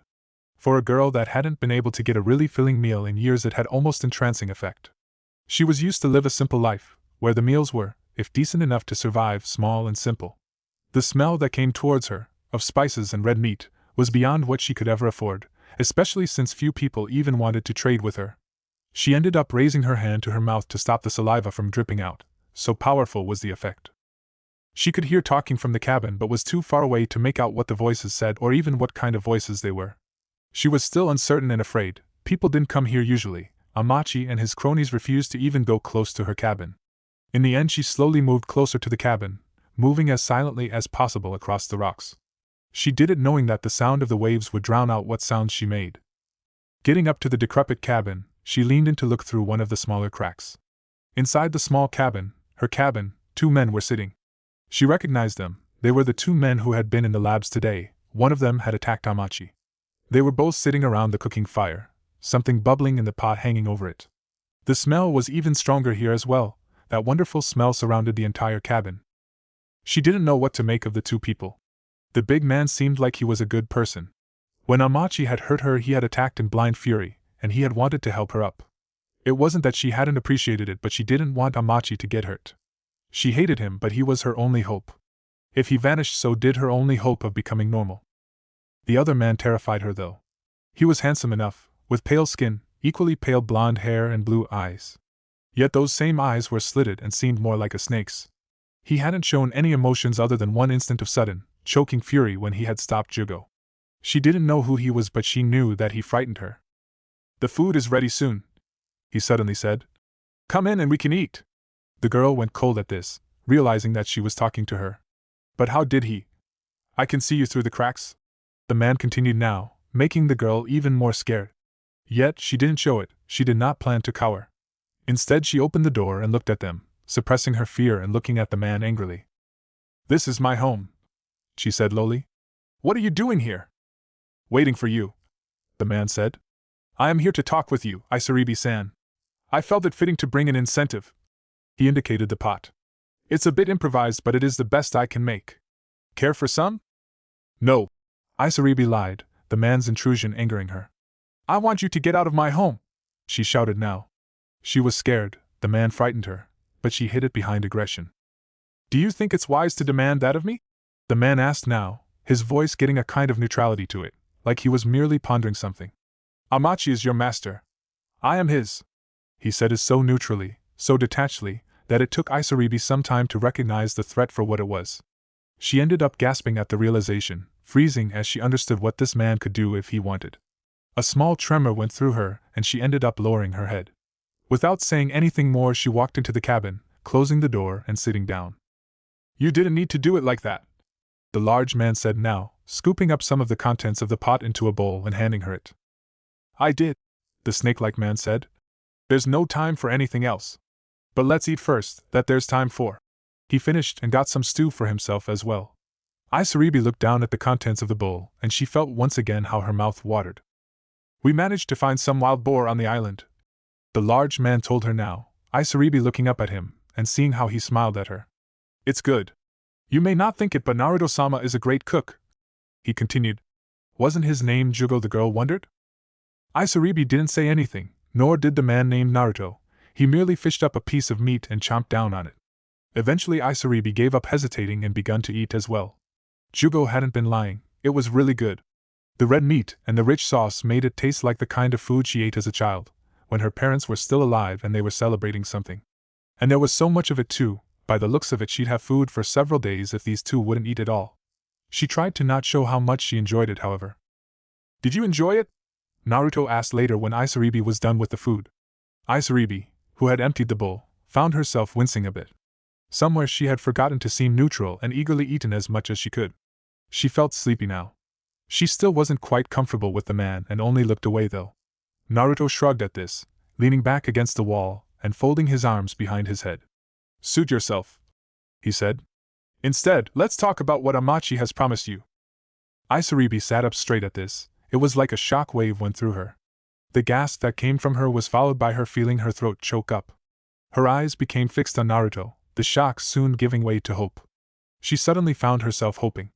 Did that mean, was he here to cure her? Isaribi hadn't really felt hope for years, but now it hit her like a thunderbolt. Naruto sat calmly by the wall, his legs folded. Or rather, he said now. What did he promise you? He clarified what he had meant, and Isaribi felt nearly all her hopes choke in that very instant. For 1 second her pulse had raced and hope filled her heart, now it was crushed however. The sudden, choked emotions made her have to bite the inside of her cheeks to stop herself from making the tears come forth, the abrupt and sudden crushing of her hopes finding only that place to get rid of all the pressure that was created inside her chest. Naruto's eyes remained on her, calm, piercing and almost hypnotizing in their frightful depth. You obviously hate serving Amachi, yet you still show him loyalty, even to the extent to hurry to his side when Jugo attacked him. Why? Naruto's voice was calm yet demanding. What did that man promise you? Isaribi didn't say anything. She remained seated out of fear only. Yet she did not want anything more than for the two men to leave. Naruto's eyes kept staring at her, staring into her. He promised to cure you, didn't he? He said all of a sudden, Isaribi feeling it like an ice spear was driven into her heart. Those bandages, they hide scales, don't they? The scales that remain even after you turn back from being the Kaima? Isaribi didn't move, she hardly even breathed. In one instant she was pretty much paralyzed with fear. Amachi said that at some point, whatever it was, you will be cured. Naruto continued. You hate him, hate what he makes you do. Yet you persist, knowing that unless you do, you will spend your entire life as the Kaima. Stop it! Isaribi lashed out now, getting to her feet. Shut up! Get out of here! She screamed at him. Who even asked you to come here and meddle? The fact that he lies! Naruto exclaimed, making Isaribi freeze once more. Naruto's eyes had turned cold and grim. This man, Jugo. He indicated the man beside him. He was in the same situation when I found him. Show her Jugo. He continued, the man nodding as he raised his arm. Isaribi was treated to the sight of said arm changing, growing, turning red, the fingers elongating into long claws. She involuntarily took a step back in fright at the sight, horrified by the sight. I was born with this, Jugo said quietly. Along with it came a red haze of madness that sinks over me at times. I can't control it. I sought Naruto-sama's master out, hoping he could help me. He didn't. Instead, he locked me away in a cell and experimented on me. Naruto-sama freed me when his master had died. Isaribi stared at the arm, only partially hearing what Jugo said. The shock was immense for her. She couldn't believe what she saw, and in the end her legs gave away under her. She collapsed to the floor, staring at Jugo's formerly human but now monstrous appendage. Blinking, she slowly started to shake her head. My former master, Orochimaru, Naruto began now, created labs like Amachi's all over the known world. In all those he and his underlings committed despicable atrocities much like the ones you've been subjected to, Isaribi-san. If Amachi told you he'd heal you, he lied. For a man like that, nothing, absolutely nothing, matters other than their science. When you are no longer of any use, he will dispose of you, as he has done before. No. Isaribi couldn't handle it all now. All the shocks and the revelations became too much for her to handle. Still remaining sunken together on the floor, she only stared between them, not knowing what to say. Confusion, disbelief, uncertainty, it became all too much for her, and before she knew what had happened, tears were running down her face. She didn't notice it at first. When she did, she wiped away then with a confused look on her face. She said now, her voice breaking. It was then that Jugo made his move. Going over to her, he put a hand on her shoulder. Let it out, he said gently to her. Don't hold it back, you'll only hurt even more. Isarabi gritted her teeth now, clenching her eyes shut as she tried to hold back. Her entire body trembled and her knuckles turned white as she clenched her fists. Jugo, in the end, moving to embrace her. Just let it out, he said again, Isaribi snapping in the end. The girl began to cry, letting out the torrent of pain and suffering that had been inside her for so long. All that had happened became too much for her to bear alone, and without reservation she accepted Jugo's embrace, clutching onto him as she wept in fear and grief and despair. Naruto silently left the house now, leaving the two of them alone. Walking out on the cliffs, he considered the ramifications of what was happening right now. Isaribi was vulnerable, very much so. Naruto didn't doubt that she'd come with them. Having broken her hopes for Amachi to help her, she'd latch on to any other hope. Jugo, meanwhile, was doing perfectly. He had a soft spot for that which was weak and pained, and his actions would make Isaribi bond with him. Perfect. Jugo was the source. Isaribi was a well-developed sample of this metamorphosis being imposed upon others, albeit in limited form. Those were two prizes valuable indeed. Naruto remained out on the cliffs, considering the situation as the last of the sun sank into the ocean. After a while, Jugo came out of the cabin, carefully closing the door behind him as he came out to Naruto. She fell asleep, he told him. She cried until she was exhausted. Naruto noticed the large tear stains on Jugo's cloak. I guess she would, Naruto said.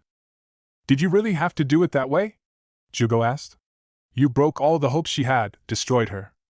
I do not have time to be gentle, Naruto said, indicating his Hittite. My superiors sent me out with the explicit purpose to destroy the laboratories and whatever remains of Orochimaru's sick network. Search and destroy. I take a risk merely by taking you in. I understand, Jugo said slowly. What will you do next? Tomorrow she'll have had some time to adjust, Naruto said. She'll have some reservations, but this. He reached into his clothes and took out a folder with some papers in it. Will convince her that I was right. Either way, Amachi will die tonight and his base will be destroyed. I can't wait, Jugo said, Naruto looking up to see the first signs of bloodthirst appear in the man's eyes. The anger in him found fuel in what he had seen at the base. He truly was disgusted by it.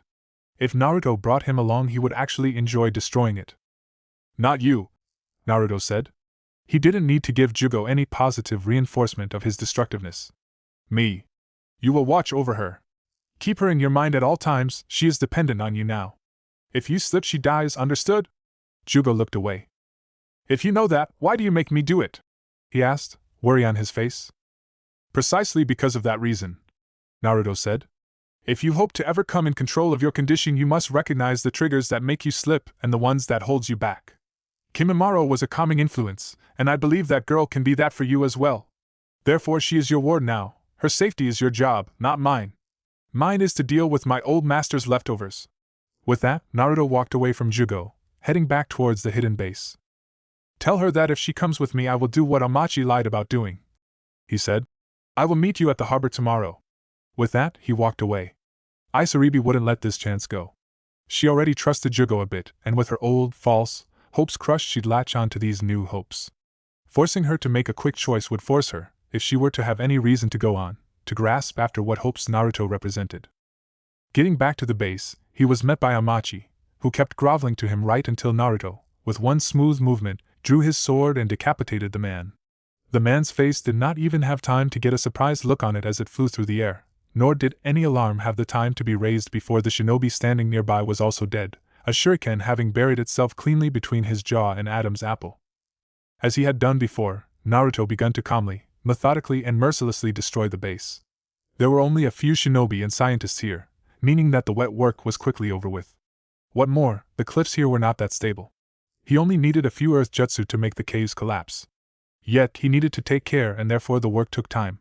Nothing was allowed to remain of this place. Explosive notes were placed in carefully selected areas and portions of the caves. When he was done and had gotten out, the explosion caused a chain reaction that made the entire cave system fall apart. As the caverns fell apart behind him where he now stood out on the surface of the water, he looked to the east to see the first rays of light appear on the horizon. All in a night's work. He'd have time to sleep on the boat. When he got to the docks, he was met with Jugo standing by the walkway up to the ship. Isaribi was standing beside him with his arm on her shoulder. It was in River Country, a medium-sized county that lay sandwiched between Fire Country and Wind County, that Naruto found the next major part of Orochimaru's legacy. Or rather, it would be more accurate to say that the legacy found him. They had been walking through it, heading towards Wind Country, and were currently in a deep forest when it came. The large trees around them were silent, the wind having died and only the occasional sound of birds being heard. There were no other travelers along the forest road they journeyed along. Naruto realized something as they traveled. Things were too silent. The occasional bird cries that came were too regular, they came at nearly perfect intervals. Someone was hiding the fact that they had made the birds fall silent. He kept walking through, carefully glancing around him to see if he could spot anything. Neither Jugo nor Isaribi noticed anything. They were walking right behind him, Isaribi having kept up all the way without any complaint. There was nothing he could see, at least not at the moment. He mentally formed a tiger seal with one hand and molded chakra. It was hard to do it without hands, yet he was near precisely in good enough control of his chakra that he could do it. Kai, he said quietly but intensely, forcing the foreign chakra in him out of it. The cries of the birds vanished, leaving only silence. Naruto focused, listening after the least sounds around them. He couldn't see or hear anyone, but he could feel someone out there. There was a low, subtle killing intent that he only now felt. Whomever was out there was good. Then, Naruto leaped backwards just in time to avoid a swarm of projectiles that burrowed itself into the ground he was walking on. He made a sharp vault backwards, his body forming a half circle as he spun backwards, his sword coming out to deflect another swarm of projectiles. Landing right in front of Isaribi and Jugo, the latter having already taken a step to cover the former, he first now realized what the projectiles were made of. To his surprise, they were made of crystal. Dozens of small needles made out of pink crystal of some sort were scattered on the ground in front of him. Not bad, the woman who now had appeared in front of them said. She was a tall, slim woman with deep blue hair, almost black, and dark eyes. Her features were regal and her lips full, and she wore a green, fur-rimmed coat over her red clothes, a coat with a large white flower on the side. Gloves covered her hands and a wide, rope-like belt held her coat. The beauty of her face was somewhat warped by the smirk on it. It would have been boring if you'd have been done in that easily. Far would it be from me to deny a woman her pleasures, Gyuren-san, Naruto said, holding his sword in front of him. With his other hand he motioned for Jugo and Isaribi to back away. A small smirk spread over his face. Jackpot. He had feared that finding this amongst the utmost of Orochimaru's servants would have taken months. She was a recluse, and as Naruto's star had risen in status amongst Orochimaru's people, Gyuren's had fallen. She had gone into hiding over a year ago, not being able to handle Orochimaru's lost interest in her. She was deadly, easily on a Jonin's level in sheer skill and experience, and with a bloodthirst that made her nearly completely fearless in combat. What more, her unique, curious bloodline limit, which she had mastered to an astonishing level, made her twice as deadly.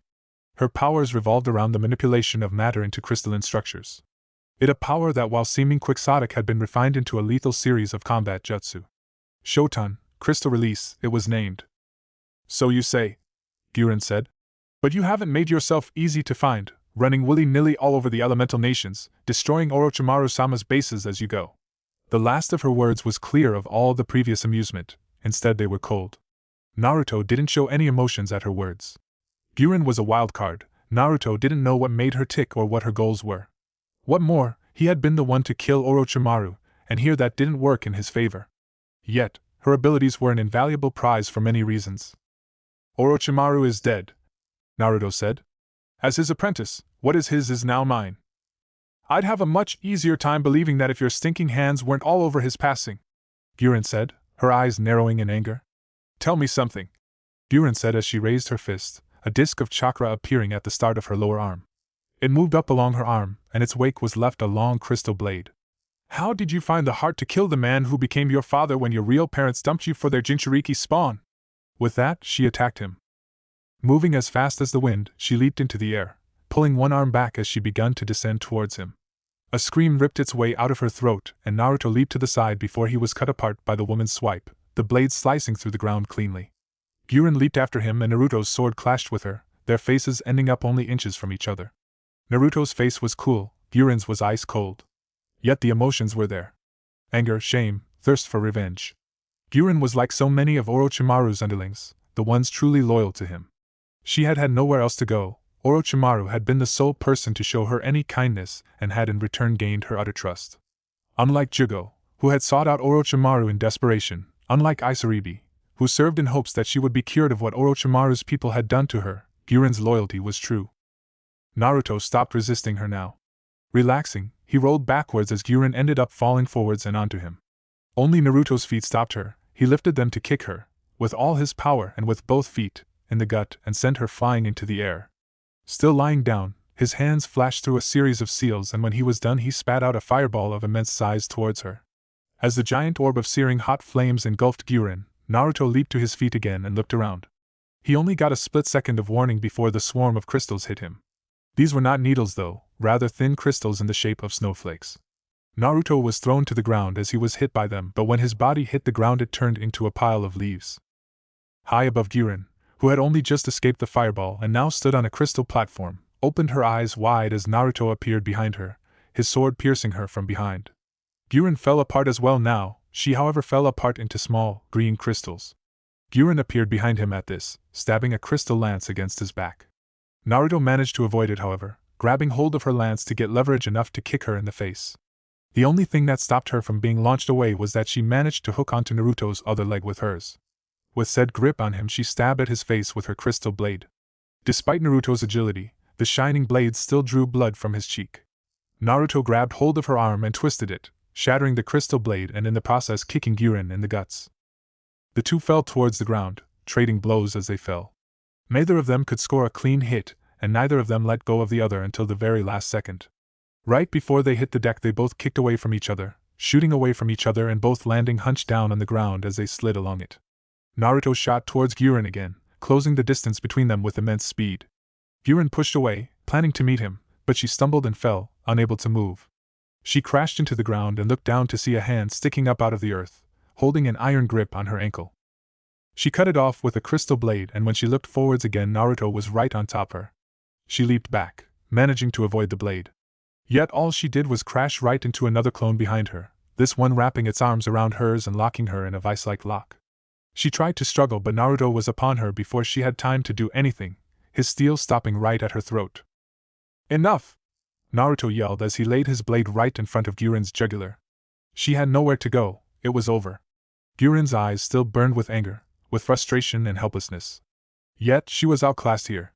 She was one of Orochimaru's best servants but Naruto had killed Orochimaru himself, she couldn't defeat him.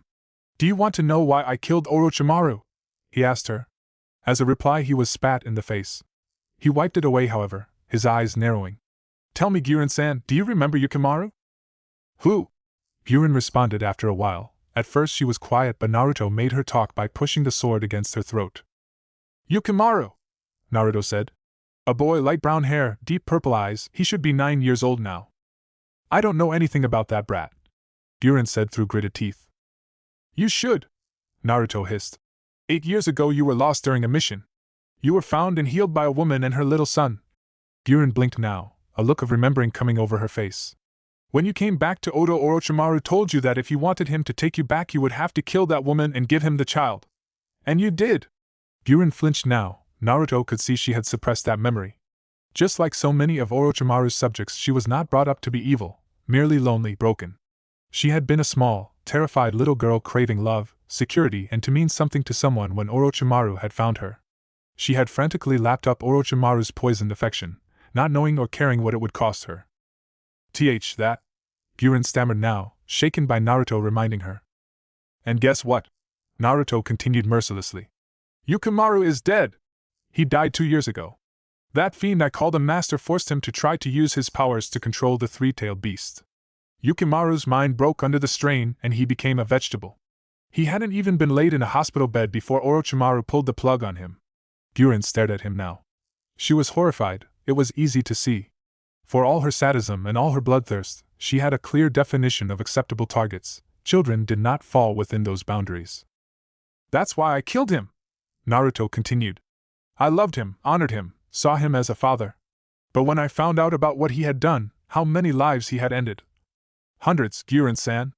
Hundreds of lives, many of them children, was ended, warped, destroyed by Orochimaru for the sole purpose of him wanting to play God. His kindness was a poison. A poison he fed us just so he could keep toying with us. We repaid him time and time again, and all he gave us was the reward of being discarded when we did no longer suit him.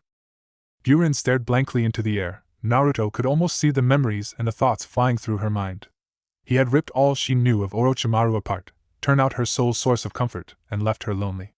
The pain for her had to be incredible. It was pity that made him do what he did now. He removed the sword from its place at her jugular, and dismissed the clone. Gyuren fell to the ground, landing on her back and ending up backpedaling away for a few steps. Looking into her eyes, he saw only despair. Then she got to her feet. Turning around, Gyuren stumbled away, moving unsteadily at first but eventually managing to flee into the forest and vanishing. Naruto-san!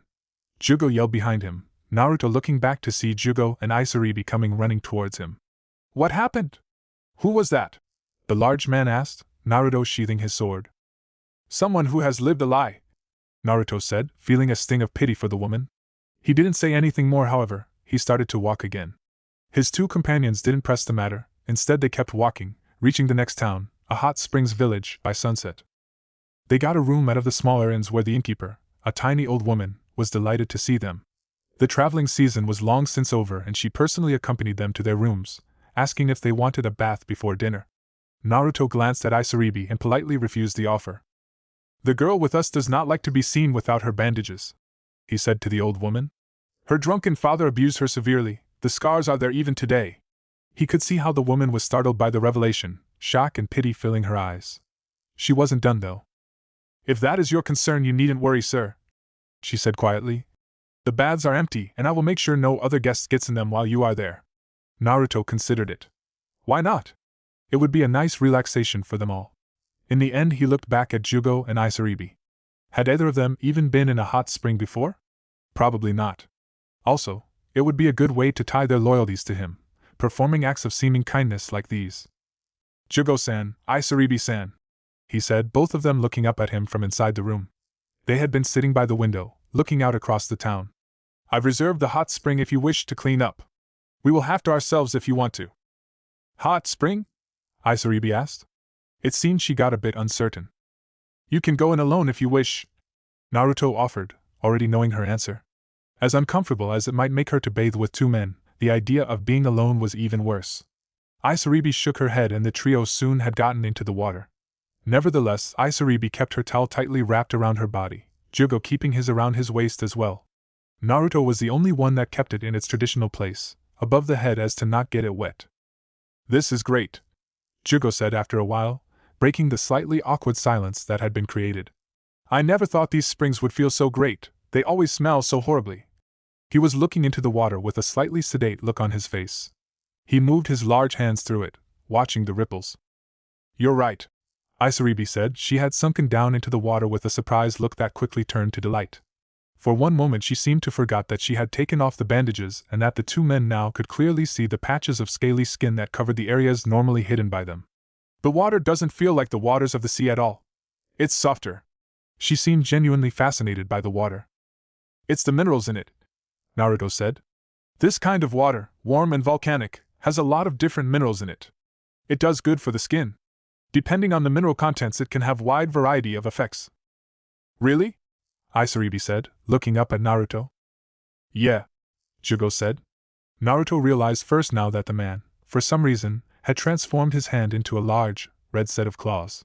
Lowering it into the water, he soon pulled it out to reveal his normal hand again. See? He asked Isaribi with a tiny smile, who only blinked at it. For a few seconds she looked like a living question mark, but then, all of a sudden, she giggled.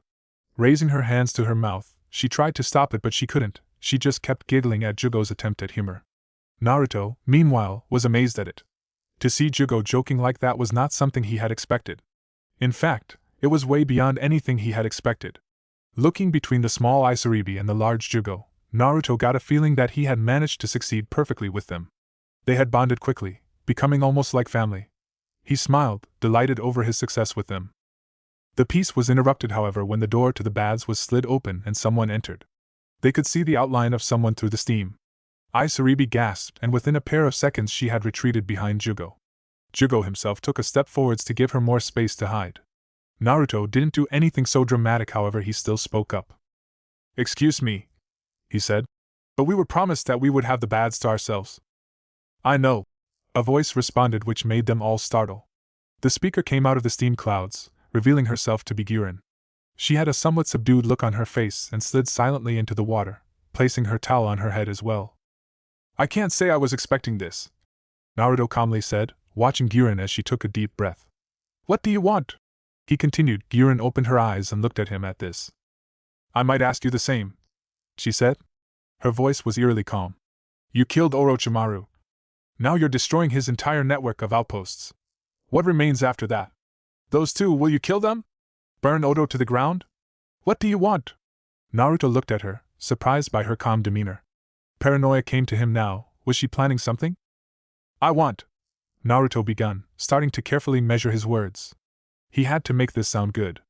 "I want all the pain and horror Orochimaru caused to become a thing of the past. I want his sick vision to burn and those he tormented to be saved. I may be blowing up bases and killing people in the dozens, but in doing so I separate the villains from the victims." "Two people?" Guren asked, Naruto nodding. "Most of the bases I've found are either empty, torn apart by revolts, or still controlled by his underlings who have butchered whomever opposes them," Naruto said. "I understood what was going on too late. Too many good people have died, both due to Orochimaru and my ignorance in realizing just how many bases he had throughout the elemental counties. This might be too little, too late, but I must do it. I must try to save whomever I can. I do this because of kids like Yukimaru. Because even being what I am, a shinobi, there are things I just cannot allow to exist." Guren nodded slowly at his words. The pensive look on her face remained, and after a while she sighed. "I'm coming with you," she said. The reaction was quite big. Jugo exclaimed a "What?" Isaribi got in even further behind him and Naruto raised an eyebrow. Guren wasn't deterred, however. "If what you say is true," she continued, "then I have to do something." "To redeem yourself?" Naruto asked, Guren eventually shaking her head. "No," she said. "To make it up to those I've hurt." Thinking back on it, the only difference between Orochimaru and Yukimaru's mother was that he found me first. That and that her kindness was genuine. Looking back at everything now, it feels like I've lived a lie for all these years. I need to get out of it, do something real. Naruto nodded slowly, a look of understanding coming onto his face. "I understand," he said, smiling slightly.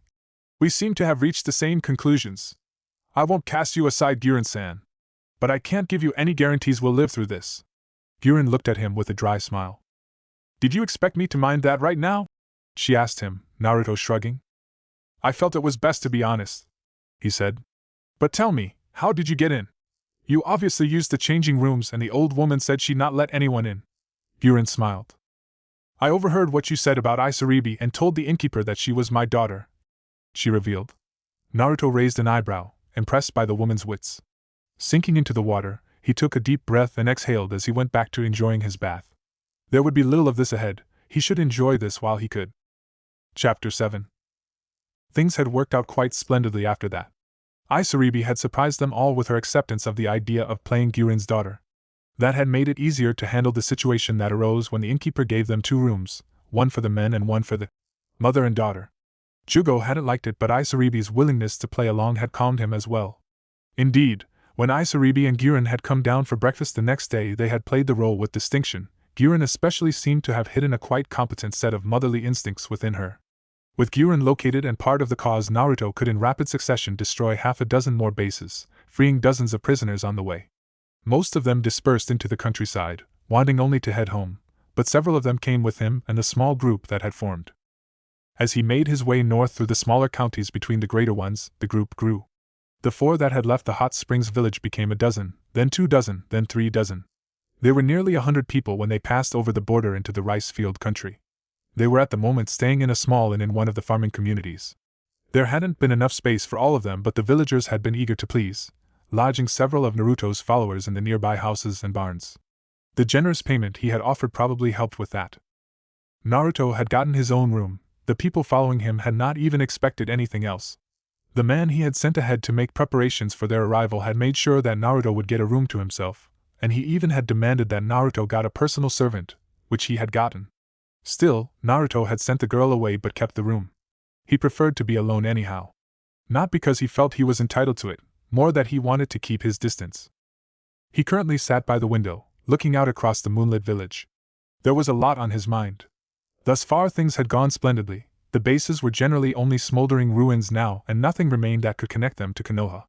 All that remained was Oto itself, a message sent by Jiraiya hinting that it was most probably hidden somewhere in this country. Obviously Naruto knew that, but he couldn't show it now, could he? The question was, how did the situation in Oto look? The Sound 4 and Kimimaro would do a lot to keep the place there, but their brutal methods, courtesy of him, would either stir even more unrest or they would suppress them for the moment. It was then that he felt something and looked up towards the ceiling. "I didn't expect you to come see me personally," he said, and a second later Jiraiya came swinging in through the open window, having hid up on the roof. He hadn't met his godfather personally since that fateful night when Orochimaru had died. When looking at him now, Naruto felt the sting of his punch. He wasn't happy to see him. He still hadn't forgiven his godfather for that punch. It might be irrational, but so was Jiraiya's decision to hit him for doing what had to be done. Until the man could actually cough up an apology, things would remain frosty between them. "And hello to you too, kid," Jiraiya said, giving a wry smile. Naruto didn't move a muscle and Jiraiya soon became serious as well. "I need to speak with you," he said, Naruto raising his eyebrows now. "About what?" he asked. "You are insistent on using those people, aren't you?" Jiraiya asked, and Naruto narrowed his eyes. So that was what it was about. The entourage he had gathered could seem strange, he did understand that. What did it make people think? Was he gathering his own power base?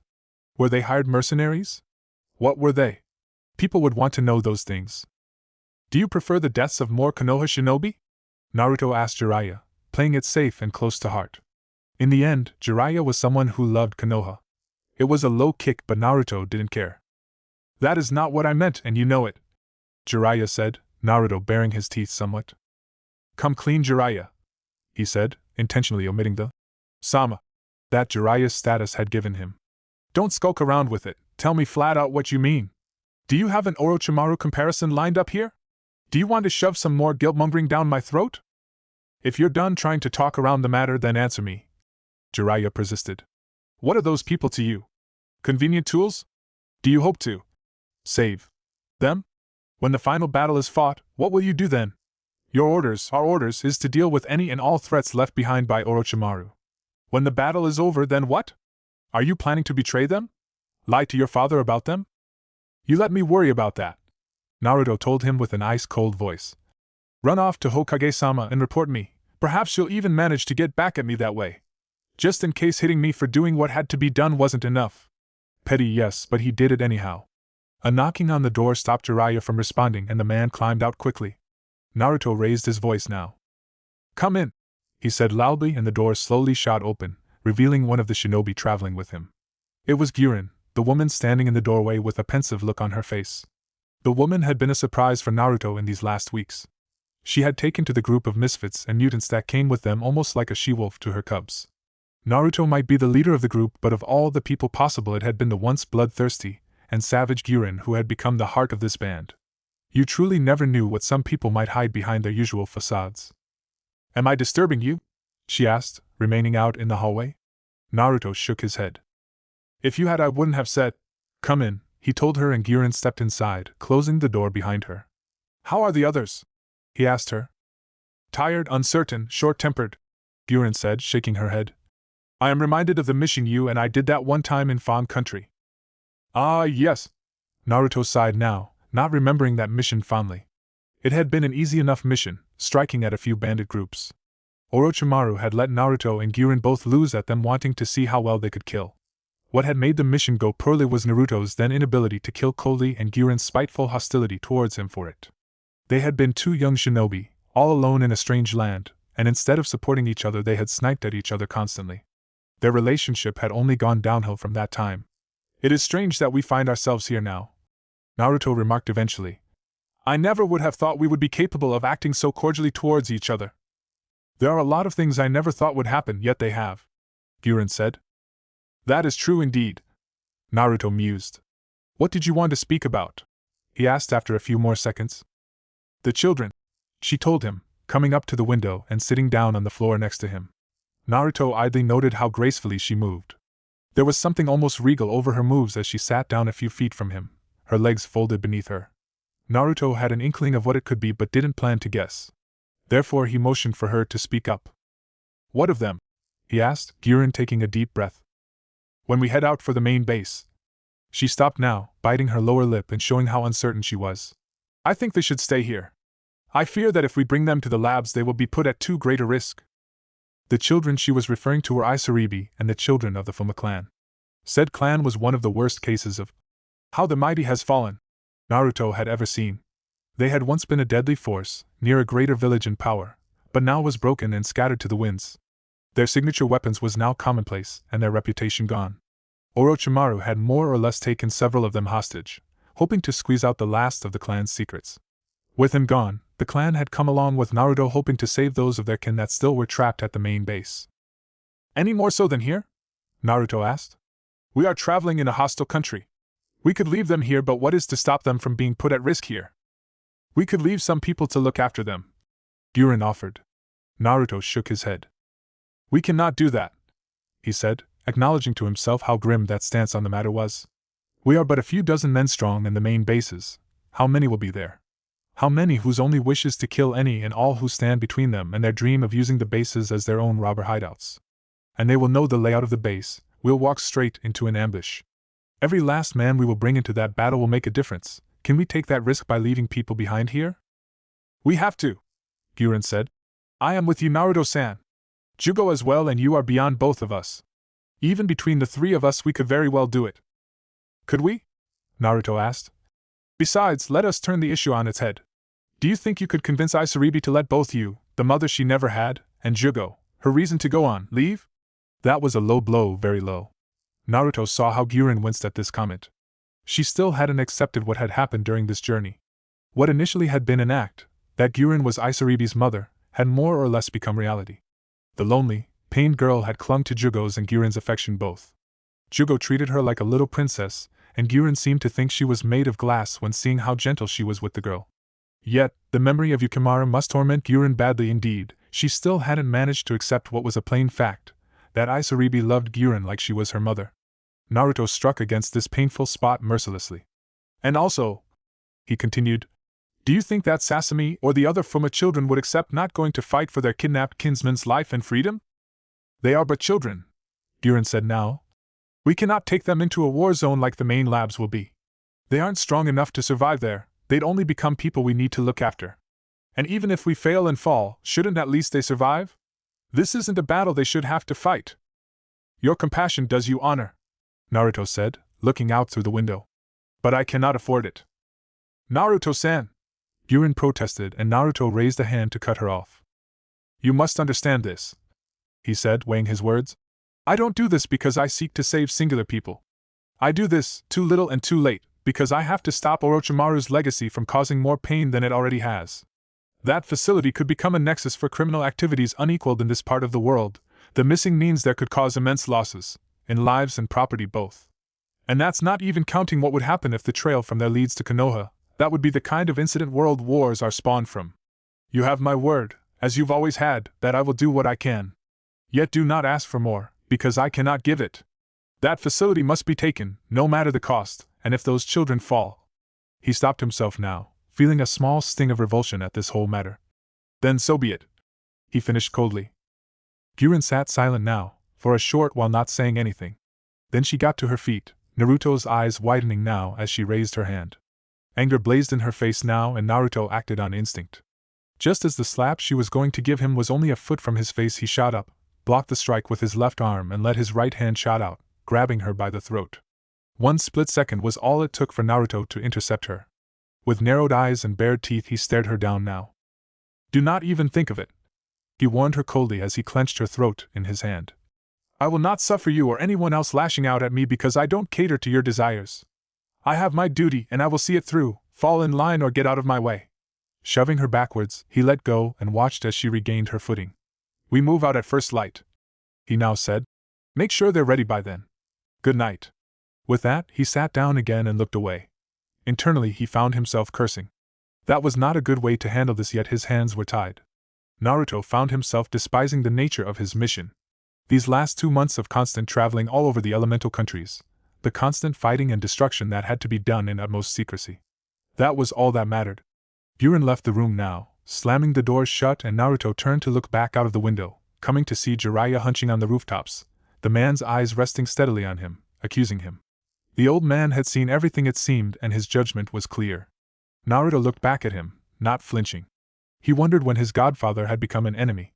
Had he, by killing Orochimaru, earned Jiraiya's actual hatred? If so, let it come. He was Jiraiya's equal, if not in experience then at least in skill. What more, he was still young, the toad sage aging. A small smile crossed his face, a direct challenge towards his godfather. Didn't they say that without rivals and enemies one's life would never be more than half a life? It was a beautiful day in the small trading town. The sun stood high, and a cool wind made the heat bearable. It was for the people that inhabited this place a good day, be it for working the fields outside the town, for trading or whatever they did during their days. It was also a good day for the large, burly man currently standing in one of the back alleys of the town.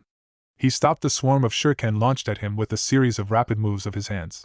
They turned to a blur for one instant, and when they came to a stop he held over a dozen captured shuriken between his fingers. A sneer spread over his severe face, his focus blazing from the eyes beneath his headband. Further down the back alley they were standing on his two opponents, both of them ragged, unkempt men, took a step back in shock. That's impossible," one of them said, a wiry, scarred man with a mask over his face and sleeveless martial artist clothes. His partner, a man wearing simple peasant's clothes and a straw hat, didn't find the words to answer. "The Fuma clan mastered the use of these before even the time of the great villages," the man told his two attackers, letting go of the shuriken which fell to the ground without a sound. "You're fighting me with that which we know best." He now reached to his back and retrieved the massive cleaver he carried there, a weapon easily as long and wide as himself. Yet he seemed to wield the blade effortlessly. The two men took each one step back and sounds of fear came from them. Then they both turned and ran away. Neither of them wanted to challenge the massive man and his Zanbatsu. Yet, they had barely even gotten to the end of the before they were stopped in their tracks. The earth below them collapsed and a whirlpool of sand and dirt appeared beneath their feet, either of them managing to do anything before they were both sucked into it, sinking down to their necks in the ground. On the main street people recoiled in fear, the sudden chaos making them run away.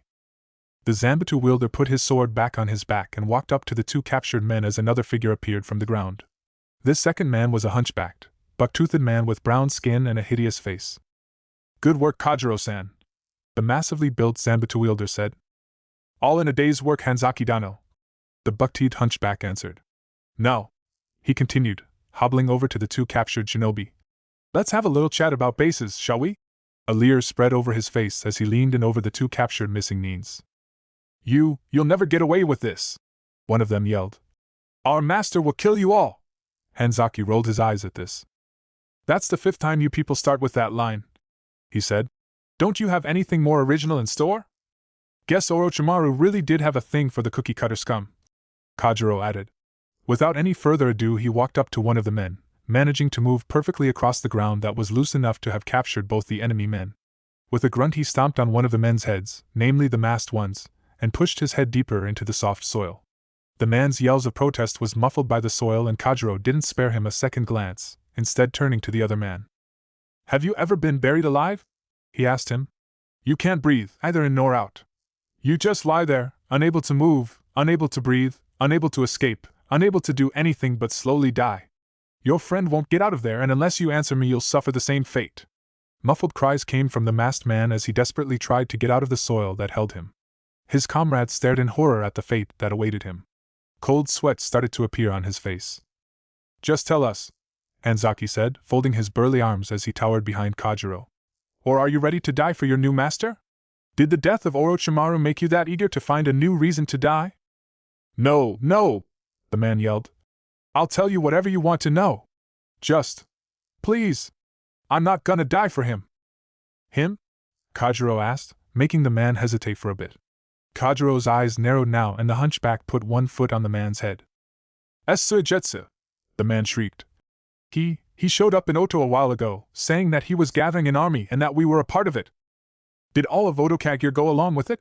Kajiro demanded, the man shaking his head in response. "And no, some of Orochimaru's old servants refused to follow him. They've been fighting Suigetsu ever since. We were sent to gather people from the other bases to crush them." "Where were you going to bring them?" Kajiro asked, the man looking around. His friend's movements were only getting more and more desperate.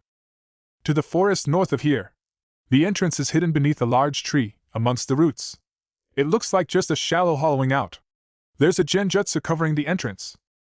Hanzaki and Kajiro exchanged gazes and after a while the former nodded. Kajiro nodded as well and turned back to the man. Without another word he stomped the man's head into the soil and walked away, making a seal to make the ground return to its original shape and leave both the men buried alive. "Let's get back to Naruto-sama," Kajiro said. "Our kinsman would never join this kind of filth. We need to hurry." Hanzaki gave up a grunt in agreement, and the two of them leaped away to the inn where their leader would meet them. Naruto, meanwhile, stood outside the town, far into the forest, and watched his surroundings. He was surrounded on all sides by deep, oppressive forest, and had gone here to get something done he should have done a long time ago. With a deep inhale he bit the skin of his thumb deep enough to draw blood and put his hands together. One rapid series of seals later he put his hands towards the ground, seals spreading outwards in several straight lines.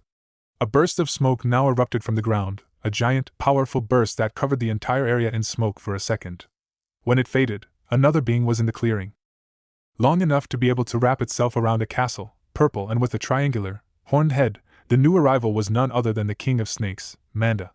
The giant entity hissed, a sound that made the world shiver, and rose up towards the sky.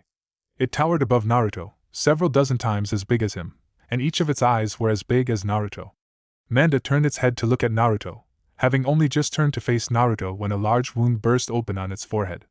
The hiss turned into a scream that shook the world as Naruto flew through the air behind Manda, his sword out and covered in Manda's blood.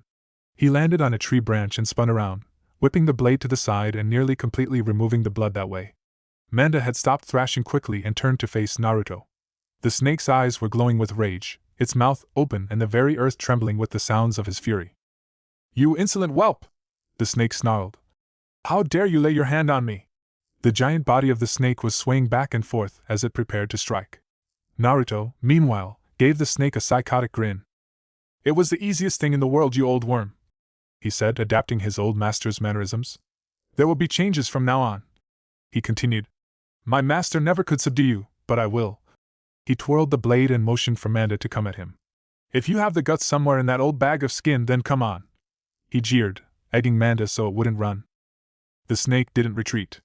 Instead it lunged with such speed that Naruto only had time to open his eyes wide in shock before he was swallowed. The snake bit off the entire giant branch Naruto was on, swallowing it all in one go. The rest of the branch fell down to the ground with a loud crash as Manda scoffed, still seething with anger. Then a slow chuckle could be heard, Manda's eyes widened and it turned to look at another branch, higher up in the trees. There, to its amazement, Naruto was standing and currently laughing. "You'll have to do better than that," he said. "Surely you aren't thinking you're chasing after an old ox?" Naruto walked along the branch, smirking as savagely as he could, all to rile the beast up. Manda hissed once more and with immense speed the snake wrapped itself around the trunk of the tree and climbed higher, reaching the branch Naruto was on in only seconds. "Let's see if you are as cocky when I eat you whole," the titanic monster snake snarled, towering above Naruto where he stood. The snake Nin only smiled widely in response. "I prefer not to deal in things that will not happen," he shot back with a wicked smile. He had only just finished the phrase when Manda's eyes widened. A scream ripped its way out of the giant monster's throat, and it began to thrash again, the muscle spasms making the entire trunk be crushed. The tree collapsed with a deafening roar, dragging Manda along with it as the monster kept thrashing. Naruto meanwhile leaped off to land on another tree and proceeded to watch as the snake kept thrashing on the forest floor, screaming in pain loudly enough to scare every living thing in the forest and to be heard even in the town far away. Naruto, however, kept watching without any emotions on his face. He stood there, calmly, as Manda screamed in pain, on and on. It took over a minute before Manda stopped, the screaming starting to abate bit by bit, and in the end only leaving one giant, exhausted snake that shivered on the ground beneath the branch Naruto was on. It took Manda one full extra minute to be able to get up again, the snake slowly lifting its head from the ground and turning to look at Naruto. Its eyes were glazed over, still somewhat in shock. What did you do to me?" the snake croaked, its every word an epic challenge for it to push out. Naruto smiled and raised his hands. Flashing through a series of seals, he stopped with the ram's seal and put one hand on the tree beside him. Seals outspread on the bark of the tree, out from his hand and formed a large diamond-shaped web of patterns. Leaping off the branch, Naruto landed on the branches of another tree and raised his hand into a one-handed tiger seal. Focusing for 1 second, he made the entire tree explode. The ground trembled from the explosion and small fragments of wood were thrown all over the area, Manda instinctively turning away its face to protect itself as it was showered with small splinters. Its thick skin protected it from the fallout of the blast. "The shadow clone you devoured branded that seal into your throat," Naruto said as the sound of the explosion was gone. Manda looked up at Naruto, its eyes wide and its mouth open as it hissed in anger and fear. Naruto, meanwhile, smirked. "It is a personal favorite of mine, that seal, and it will never go away," he continued. "Try to disrupt it or remove it, and it will detonate. Try to contain it, and it will detonate. Disobey me, and it will detonate. Kill me, and it will detonate. You, unless death is preferable, will now serve me." Naruto towered over the branch, looking down on the ancient serpent with a small smirk on his face that soon warped into expressionlessness. Manda hissed, its frustration clear as day. Fear of death intermingled with its pride, the struggle being one that made it shiver. Naruto stood patiently on the branch overhead and waited for the old snake. There was no way out for it, however. Naruto had personally created that seal, a variant of the kind used on explosive tags, only applied by touch and much more powerful. He had created an A-rank jutsu out of the most basic shinobi tool, a jutsu that now would blow the head off Manda if it did not submit. "A servant or a corpse, what will it be?" he asked Manda, raising his hand to form tiger seal. A deafening hiss came from Manda, the seething hatred in the snake's eyes obvious. Then it lunged, throwing itself at Naruto in one final, defiant attempt to kill him. Naruto only sighed and yelled one word. "Kai!" With a scream, he sent the pulse of chakra that detonated the seal, blasting Manda's head clean off its body. A torrent of blood and flesh flew in all directions, Naruto throwing himself backwards to avoid being covered in the remnants of Manda. It was with a sigh he watched the rain of blood, and he slowly shook his head. "Fool!" he said to himself, not grieving but only pitying the snake monster. In the end, he had been too stupid, too irrational, to see reality. A pity, but such was life. Naruto waited until the blood rain had abated and leaped down on the ground again. Biting his thumb again, he drew some blood once more and made the summoning gestures. Standing amongst the blown asunder remains of Manda, he summoned another of his tribe. The snake that now appeared in a titanic detonation of smoke was only marginally less gigantic than Manda had been, towering high up against the roof of tree branches above, higher than the Hokage Tower. Unlike Manda, he was colored deep green with a deep red underbelly. His head was slimmer, more like an arrowhead than a shovel, and he lacked Manda's horns. Yet he still was larger than any of the beasts in this world, and his golden eyes glowed with predatory intelligence.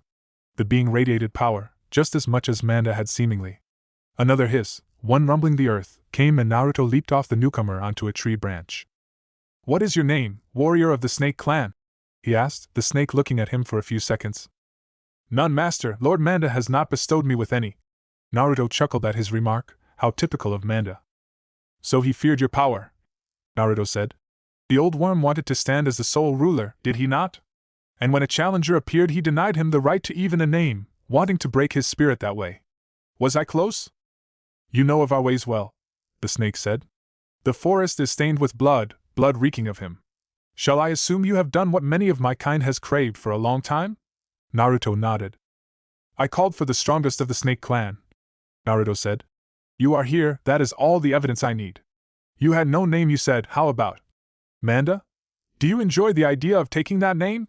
The snake laughed at this, a low, serpentine hiss that made the ground shake once more. "To think that a being like you could bring about the undoing of he who was Manda," the tremendously large snake said. Truly there is a lot hidden under that skin of yours. So is that your proposal? I am given the honor of this kill and in return I shall obey when ordered? Well put, Lord Manda. Naruto smiled, slightly bowing his head to the new ruler of the Snake Clan. It had been too long coming. Having a contract with a summoned beast that didn't obey was risky to say the least. Manda had been a liability, one Naruto couldn't afford now. But this seemed much more promising. The snake that now vanished in a detonation of smoke would be a valuable ally. And allies he needed, a lot of them. Naruto was thinking about what lay ahead for him. The entrance to Oto lay only a short distance from the town. When the shinobi he had sent out had managed to find out details they'd move in, things hadn't worked out as he had hoped. His inability to get to Oto quickly had caused chaos to break out, and as it was he could only save bits and pieces of it. Oto was lost, plain and simple. Civil war was a fact, and by the looks of it his side wasn't the ones winning. Yet, the Fuma clan, Jugo's strange ability, Guren's bloodline limit and more. Would they tip the scale? He wasn't that optimistic. That was why he had dealt with the Snake clan's smug superiority. Yet there was still a way to salvage this. By playing his cards in a different way he could still make this situation balance out to his advantage.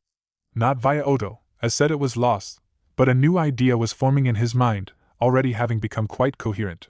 They just needed to be able to win this battle. Yet, could this small band tip the scales? The Sound Five would be fighting against who knew how many psychopaths, missing Nin murderers, mutants, criminals, and the entire rest of the scum spectrum. They and whomever in Oto still held loyalty to Orochimaru, and thereby him. His force would locate Oto here, probably, and then it was a quick rush into the base to contest the rebels' claims to it. Him and at least a few dozen people. Against how many? Hundreds at best, thousands at worst. Yet it had to be done. Orochimaru's labs was too great a prize to be discarded or granted to anyone else. If only the blood Nins hadn't shown up when they had. What could he not have done if he had gotten to Oto earlier, managed to assert his power better? Yet there was nothing to do. This suicidal attack was his only hope really. Still, that didn't mean he couldn't pull upon some extra resources. Chapter 8. Dashing through the treetops of the dark, brooding forest, Naruto kept his eyes open and his mind awake. The deep forest was dark and silent. Not one sound could be heard barring the quiet swooshing sounds that went through the treetops, right below the foliage. These sounds came from Naruto and his followers. They were moving through the trees in a loose formation, and all of them ready.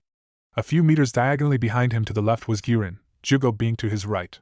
The rest of the shinobi with him were further behind. All of them were tense and moved as silently as they could. They were in hostile territory. The foreboding forest, with its dark shadows, lack of animal noises, and the possible threat of an ambush lurking behind every tree trunk, put them on edge. Landing on one tree branch, Naruto held up a hand to command the others to stop. They all did, coming to a stop all around him, either on his branch or another. They all knew what was at stake, having brought every single person available along on the trip, even those whose fighting skills were limited at best. Naruto looked around himself, looking after the entrance. The underground complex that was Oto spanned for miles underground, and the entrance they were going after was a smaller back entrance. He officially didn't know it, Guren didn't know it, and neither did anyone else here. Therefore he had to pretend looking for it. They were in the right area at least. Fan out, he commanded. Find the entrance. The others obeyed without a word, leaped down to the ground and begun to search. Meanwhile, Naruto stayed up on the branch and looked around. Not knowing how the situation was in Oto, he might just as well come across a blasted hellhole conquered by Suigetsu's forces long ago.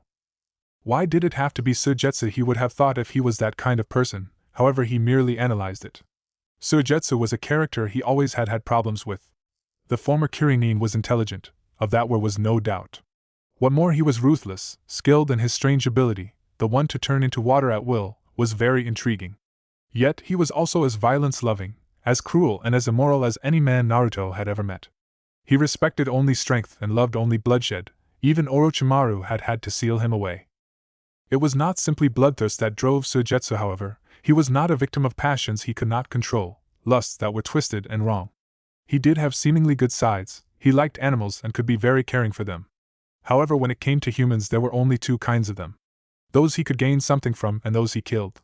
He simply had no empathy whatsoever for any other human being. He gladly killed for pleasure, even as he in the next second could pet a small animal. It wasn't even simple psychopathy, those showed empathy to nothing. Whatever was wrong with Suigetsu sat deep and made him a relentless monster. It made sense that in the wake of Orochimaru's passing he'd attempt to gather an army. Such mass-scale murdering would be a delight without equal to the man. Also, The question was how you defeated a person who only turned his body into water and then reshaped it, free of any damage, when you hit him. "I've found it!" one of the Fuma ninjas said, Naruto snapping out of his thoughts and leaping down to the ground. Sure enough, the woman had found it, and waited just in front of the opening. The others gathered up as well, Naruto turning around. "I'll take the lead," he told them all, seeing how they gave small signs of understanding. "Keep your guard up and your weapons ready. We are entering hostile territory, but stick with me and do not attack unless I tell you to." "Got it," one of the men, Fuma Hanzaki, leader of the Fuma Nins with him, said as he took his large zanbatsu from his back. Right next to Naruto, Jugo formed his arm into a large scythe-like blade and Gyurin cracked her neck. The latter didn't do this without giving him a cold glare, however.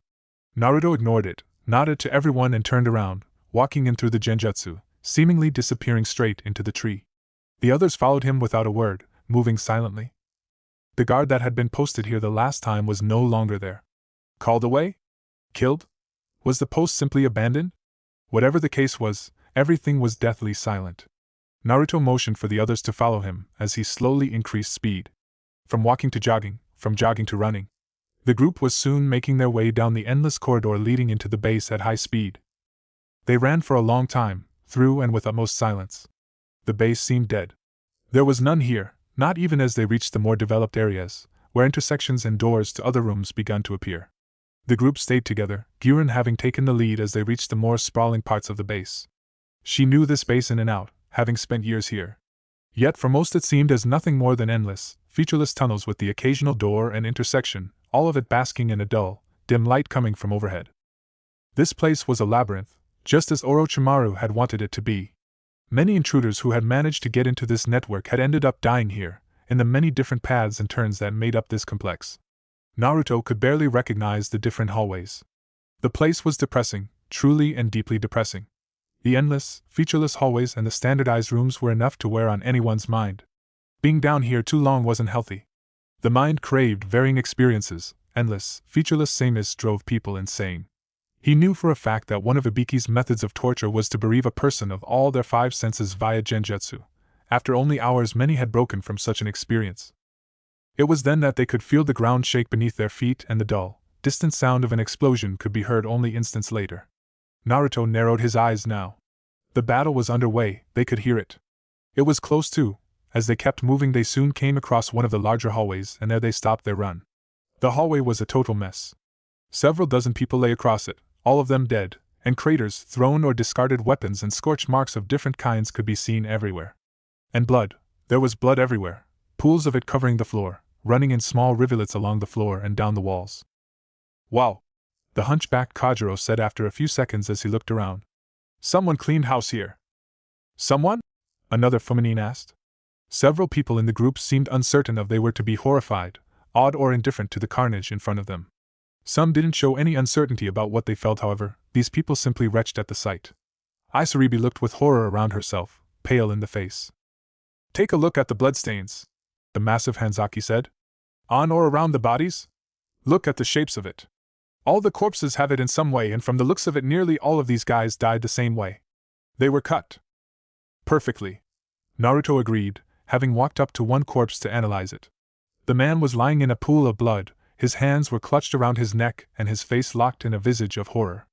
Naruto peeled the hands away and looked at the throat. "One swift blow to the carotid artery," he said when all he could see was one small wound. Looking down, however, he noticed that his chest and his thighs had been pierced too. One to the aorta and one to each femoral.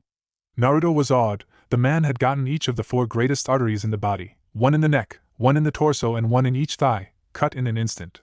"He must have bled out in seconds," he finished. "This was Kimimaro," Jugo said, looking at the corpses. There was something almost tender in his eyes. Naruto guessed it had to do with the reminder that his closest friend and most important person was only a short while away now. The alternative was much darker.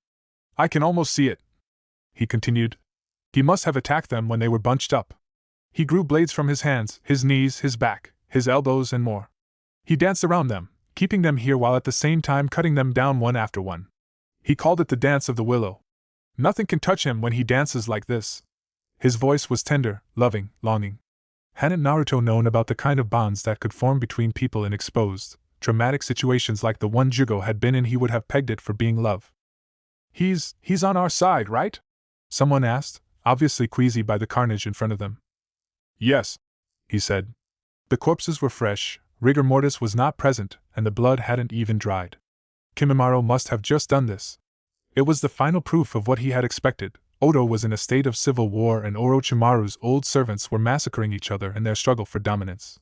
Looking back at the band he had brought with him, roughly the number of men and women who had died here, he dryly wondered how low exactly his odds were. A chill then went up his spine as he felt something. He tensed for the faintest of moments, and his hand fell to the kusanagi before he identified it, and felt a small smile spread over his face. Looking up from his hunched position, he saw a shadow up on the ceiling. "You can come down," he said.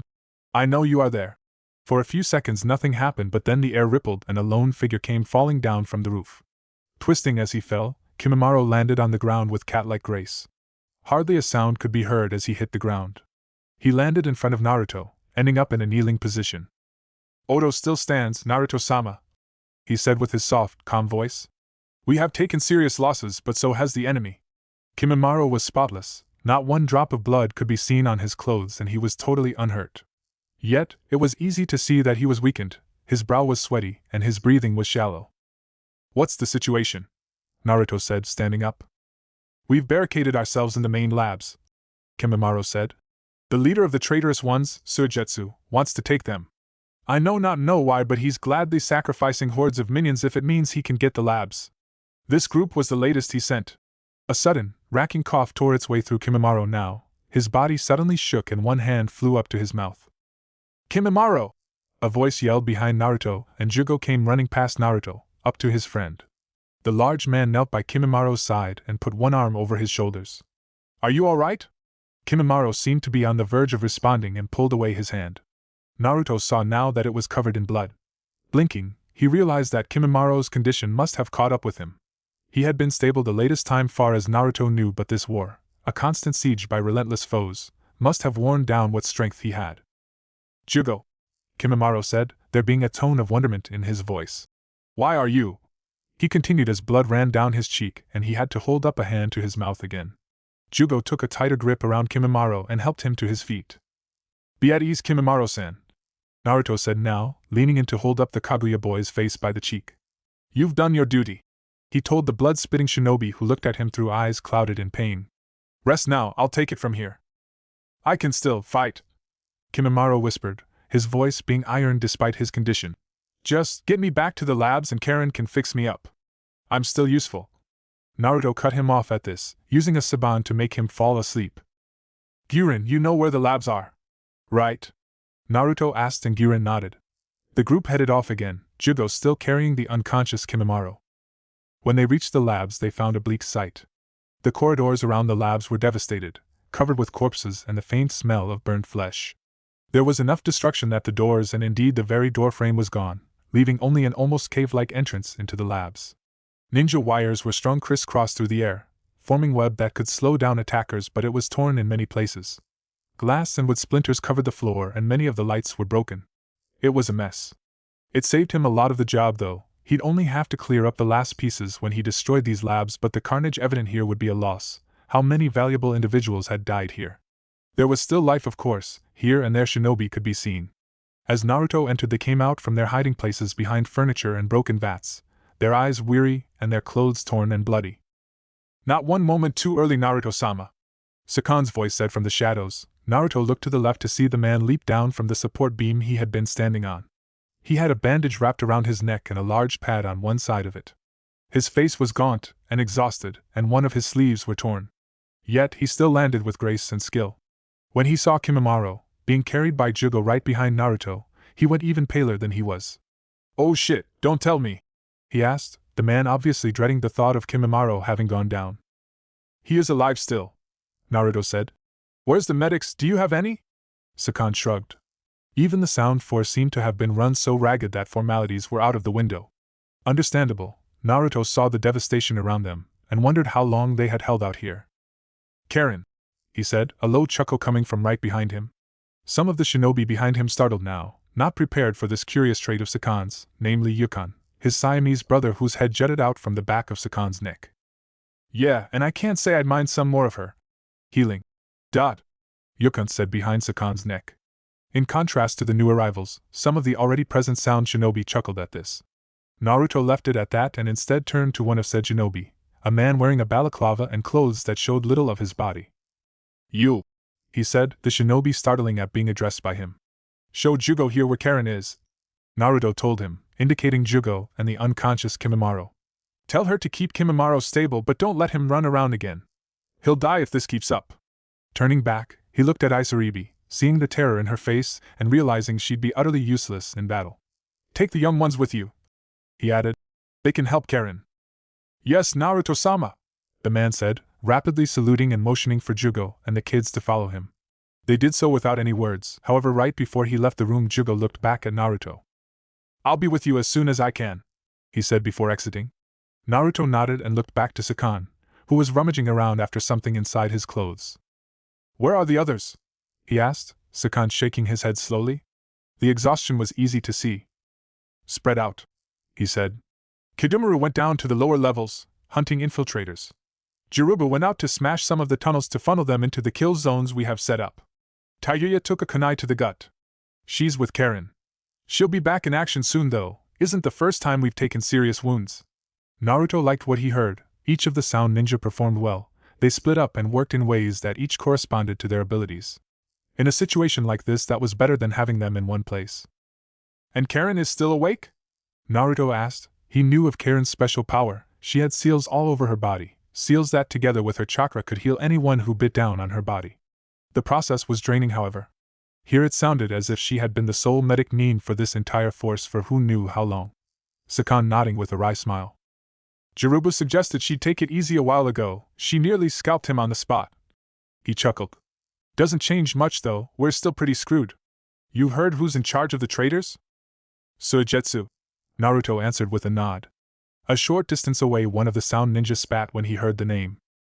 He's been throwing prisoners and experiments at us like confetti, Sakan told him. We kill 5, 10 take their place and every now and then one of us goes down as well. We were almost 200 at the beginning. Now we're somewhere around half that, and he hasn't even sent his really powerful people at us yet. Naruto thought of the massive amounts of corpses he had seen on the way here. He nodded, realizing that it was as bad as he had feared but that they had held their ground admirably. The most important now was to remain calm. If he seemed to lack confidence, why would anyone else have it? He made an indicating motion with his thumb towards the group behind him. We're about 200 again now then, he said, Sakan looking behind him and getting a small smile on his face. He was grateful. That could be seen. But there was no relief on his face. He didn't think their chances had increased at all. He went somewhat pale again when he saw Guren, however. Said woman only smiled at him, however, almost viciously so. Long time no see, boys, she said with a smirk. There was something almost feline about her, the eyes of a cat that had seen a mouse. Sakan's response went along the same line. He seemed to want to shrink into the size of a mouse and scurry away. Does this happen to us because we do evil things, brother? Yukon asked from behind Sakan's head. The anxiety in Sakan's face didn't abate. He was obviously terrified by Guren. Naruto looked between them, wondering what the story behind this was. That was not relevant at the moment, however. Enough, he drawled, making Sakan and Guren both snap back to have their attention on him. We've got a war to fight, you can play later, he said before turning around and looking at the others. Everyone, he said loudly. This is Sakan, he'll tell you where to go. Keep your eyes peeled and your weapons ready, they can come at any time. I'll be with you soon. Is Karen in there? The last part was aimed at Sakan as he pointed towards the door the shinobi had just existed out of. Third door on the right, Sakan said, and Naruto left the room at once. Behind him, Sakan started handing out orders to the other shinobi quickly. His usual playful sadism was gone, probably ground away by the incessant fighting. Naruto got through the ruined passage quickly and reached the third door. He opened and was greeted with the smell of blood, death, and disinfectant. Inside, the situation was even bleaker. The large room, once a fighting pit, was now a makeshift field hospital. The wounded and the dying were lying side by side, many of the former crippled or maimed beyond saving and the latter beyond recognition. Only a few people were on their feet. First he noticed a pair of young people, not much more than genin, one boy and a girl. The girl had long, black hair and a round face, the boy being much more rough-hewn with his unruly brown and angular face. They were sitting by one of the beds, if the sheets spread on the ground could be called that. The person lying in the bed was not much older, probably the same age, and his face was wrapped in bandages. He was awake if the low grumbling Naruto could hear from him was any indication. The next and last person also moving. Kin! Zaku! Karen yelled, her voice almost hysteric as she knelt by a wounded woman's side. Get off your asses and help out! Check the third row! The two kids hopped onto their feet instantly and ran off to check on the patients. Naruto nodding to himself. Considering the situation she was in, Karen had done a fine job. Was this good? No. Was it efficient? Barely. Was it the best one could do in a situation like this? Yes. Karen, he said, the girl startling at the sound of his voice. Looking back at him, she treated Naruto to the sight of her face, revealing her shock. Turning back, she finished the injection and got to her feet. She wiped her hands off on a bloody apron she was wearing and came over to him. He now got a good look on her face. If Naruto had thought Sakan had looked exhausted, Karen was near death. Gods, am I glad you are here, Naruto-sama, she said. Her voice was almost quivering. They've been pressing us for days.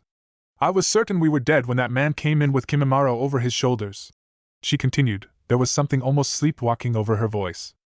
Calm down, Naruto said. Sakan told me about the situation here. What is Kimimaro's condition? Karen shook her head. She indicated one of the corners, where Kimimaro was lying on one of the few actual beds that were in the room. Jugo sat by his side, quietly talking to him. Bad, she said. He's been going off willpower during the last day. He should be in bed as it is, but he's pretty much what's been keeping us alive. I'm keeping him going via this. She waved an arm to indicate what she meant. But that can only do so much. She ran a hand through her hair now and her frustration was evident. Then keep him sedated from now on, Naruto said. I'm not taking any chances with him. Karen was too tired to even object and only nodded. A thought struck Naruto now, and he looked towards the two kids working with the wounded shinobi.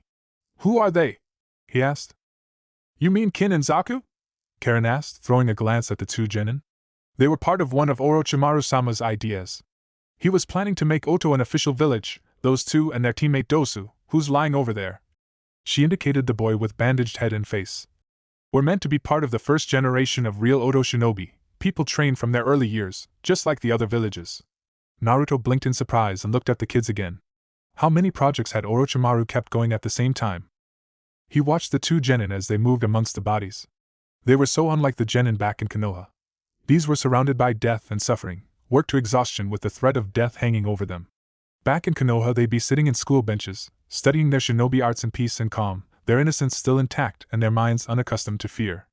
The two kids were at the moment pulling a blanket over the face of one of the wounded shinobi, signifying his death. Only a few feet away from the corpse their friend lay. The kids that got sent here, he said to Karen. Use them for extra help. Karen nodded quickly, wiping her eyes. I won't keep you any more, go back to work, he said and took in the situation around him. How grim, the realities of war. Not the clean-cut, well-supplied wars of the greater villages, only an ugly, low-class war between two sides without any resources but men to throw at each other, in his case not even that. He noticed how the two genin were talking to each other. They were whispering quietly but he could still hear them, only barely but still. Zaku was asking Kin about whether Naruto was who Zaku thought he was. Kin guessed that indeed, Naruto was. Naruto-sama. Zaku was whispering something about going to ask Naruto something. Kin tried to stop him, hissing he was stupid to do it.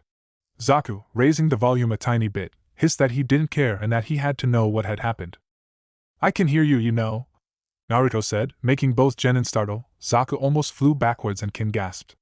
Naruto motioned for them to come up to him, and the both obeyed, admittedly with quite a lot of trepidation. Naruto got a bit better look at them as they came up. Their clothes were worn but practical, the design was somewhat different from those he and the Sound 4 wore. Their eyes, furthermore, didn't show inexperience or fear. He liked what he saw, the question was what lay beneath it. He looked at the boy, a boy seemingly slightly older than Kimiko and with a head guard on the sides of his hitaite. The kanji for death was embroidered on his shirt. What did you want to ask me, Zaku-kun? He asked. He didn't think about it but somehow the speech patterns of Orochimaru came to mind for him, and he addressed the boy in the same way as Orochimaru would have. Still, technically he was the leader of Oto and Zaku, being a genin, warranted that suffix. Zaku was silent initially but after a while he took a deep breath. There was something in his eyes, it seemed like determination. That or pride at least, whatever it was Naruto didn't think this guy knew how to back down. A while ago they told us Orochimaru-sama had died, Zaku said now. But they didn't tell us how. You were the one who came with the news, you gotta know how he died. Who killed him? Naruto was amazed, no respectful titles, no groveling, not even being addressed by name. Judging from his, the girl turned to stare at Zaku in horror. This kind of insubordinate behavior was as shocking as it seemed. He considered slapping the boy for it but refrained. At the moment it wouldn't serve any purpose. I will excuse your manners this time, he said calmly, folding his arms in front of himself. The boy obviously had some kind of loyalty to Orochimaru. The question was how Naruto could best break, or at the very least defang it. As for your answer, he himself did, he continued, Zaku's eyes opening wide as he heard him. Naruto kept going, weighing his words carefully. His hubris and rapaciousness became his undoing. He continued, the wise scientist, the seeker of truth, became a power-lusting man and playing God and caring not one iota for who he hurt in the process. In the end he betrayed his village, dying because of this. What? Zaku stared at him, the effect the words had had on his face. That's bullshit, he yelled after a second. Orochimaru-sama would never. Now Naruto backhanded him. He lashed out, hitting Zaku with a blow that made him stagger backwards before Naruto caught him by the shirt and dragged him closer. Holding him up in the air, he dangled the boy in front of his face. Listen here, you little whelp, he said quietly but with a voice sharp as a knife. Orochimaru was my master, the father I got when my real father forgot I existed. He was that for more years than you've seen. Don't you dare talk back to me about his death. I was there. I saw him betray everything he had ever stood for, I saw him degenerate into a monster, and I saw him die. Letting go of Zaku, he let the boy drop to the floor and towered above him, glaring down upon his now lying form. He let his anger and his frustration pour of him, mentally pressing the boy towards the floor. From the look on Zaku's face it was easy to see that he had put himself in respect, even fear, with the boy. Then an explosion rocked the ground and Naruto tensed, his head snapped to look around himself.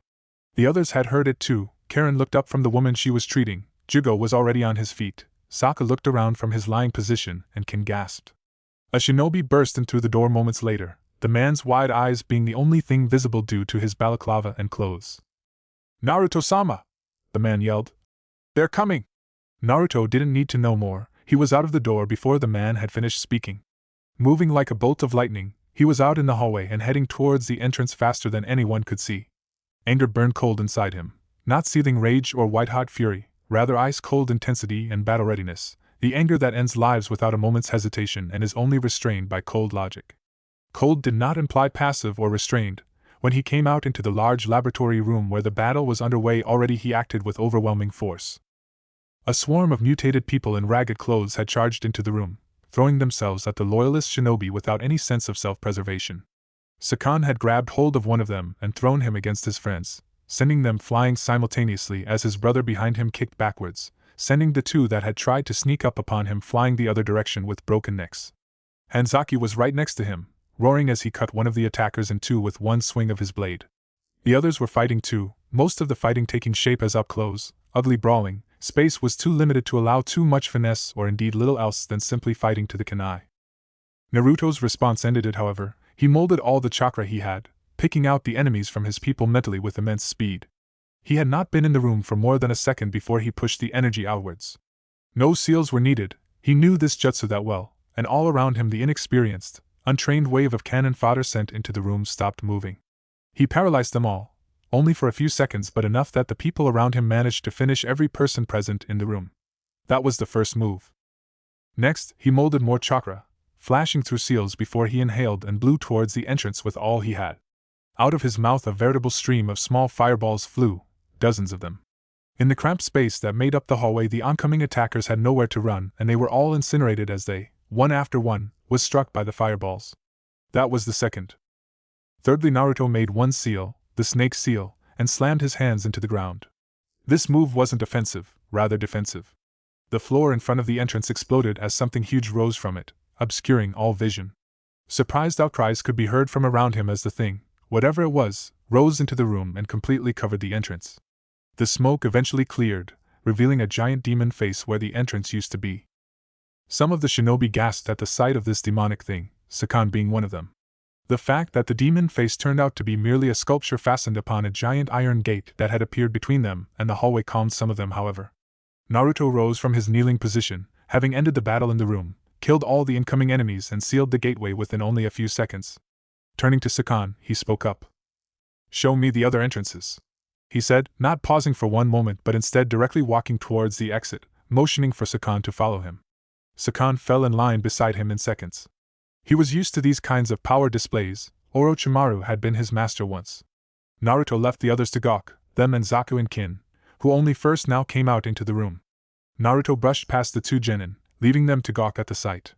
Effective, Zaku would be told what Naruto had done by the odd shinobi, and hopefully the display would cement if not loyalty then at least respect from the young genin towards Naruto. That was secondary at the moment, however. The gate he had summoned, Rashomon, would only hold for an hour at best. Then the enemy would come again. He needed to assess the situation before that happened, assess and restructure the defense. He had a good guess what Suigetsu was after, but he didn't want to be hasty, so he kept it to himself. It was a good bait. Some part of him thought that the coming days would be very interesting. How far could he and the others with him be pushed before they broke from the strain? Another started to feel something. Not fear, merely an uncertainty. He truly did not know if this would work out. Those thoughts were ruthlessly squashed, however. He had a mission and wouldn't falter this close to the end. The battle deep down in the tunnels of Otogekyo no Sato became like a nightmare. Naruto's arrival changed the situation, but only marginally. They were still hard-pressed by the legions of slavering mutants, monsters and mercenaries sent against them. They just didn't get any rest. The Rashomon gate soon fell and the battle started again. What more, that was only the main entrance, the one that allowed for the most space, and the hordes came constantly. There was seemingly no end to the number of freaks Suigetsu could throw at them. Yet, at the same time, with the strongest and the best of the shinobi they had tied up there, the enemy came from all other directions as well. They dug around the laboratories, trying to create new passages into their hideouts, came from the lower levels, tried to blow poison gas into the labs. Was it day? Was it night? How long had they been down here, fighting for hours on end, retreating to eat what little food there was and catch only singular hours of sleep? There was a seeming constant howl in the air, a weird mix of countless sounds that produced an endless, hellish choir framing the battle. Zaku felt how he shook. Despite what he had told himself, he couldn't stop it. He didn't know what it was, only that he wouldn't stop shivering. It wasn't like he had reasons to shake though. Orochimaru-sama, the man who had taken him in, saved him from the life as a street urchin, was dead, and according to what his apprentice had said, he had deserved it. Said apprentice, a guy that seemed like he was made of ice, apparently hated him now. Lastly and finally, they were all going to die. An army of mutants were besieging the labs. Their numbers were dwindling. Dosu was down for the count and in the hospital. They were currently standing on the support beams in one of the lower laboratories, looking down at the broken equipment and scattered bodies that lay there. Kin was a few meters away, and one of the newcomers, a hunchbacked, buck-toothed little repulsive gnome that Sokka seriously couldn't get how he could move with such agility. When the enemy came, drop down and kill them. Easy enough. What more, only stragglers and the occasional infiltrator came this way. Also, having promised himself a long time ago to never give up or give in, Zaku would hold this room even if they sent an entire army. He was committed to this. So why couldn't he stop shaking? He was terrified, wanted to run away, wanted to find a place to hide, get away from all this. He didn't want to die here, not for a guy that hated him, not with Orochimaru-sama, a dead monster, not for something as pointless as this. If he'd die here, he'd still be nothing, a nobody that not a single person cared about. You okay? Ken asked quietly from her position. She hadn't shown the least fatigue, the little bitch. Why was he even muttering about this to himself right now? They were in the middle of a giant battle. He clasped his hands tightly, staring at the entrance, and wished that there would come something, or someone. Anything would be better than this waiting. It seemed like he had never done anything else now, waiting and fighting. Then something moved in the tunnel, Zaku startling at the sound.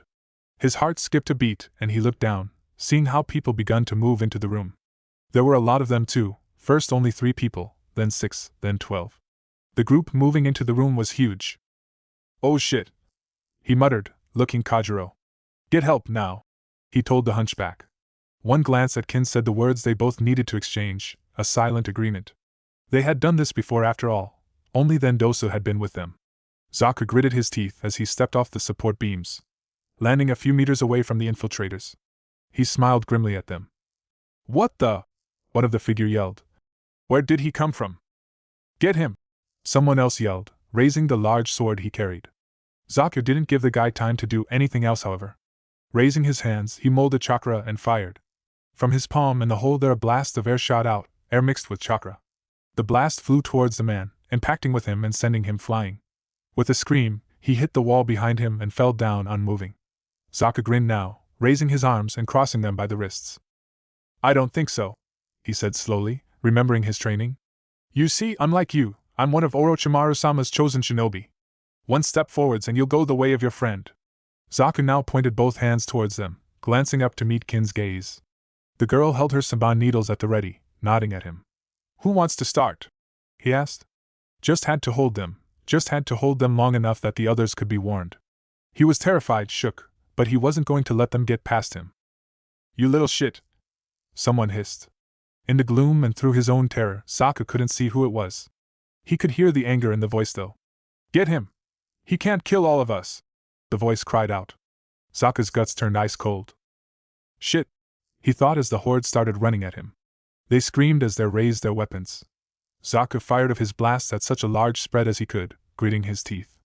Was this the end? Naruto slowly put down the unconscious Sokka on the bed inside the hospital. The young genin was covered in wounds, several of them severe. Yet, he was alive, having held back the infiltrators until the very end when reinforcements had rushed into the chamber he was in.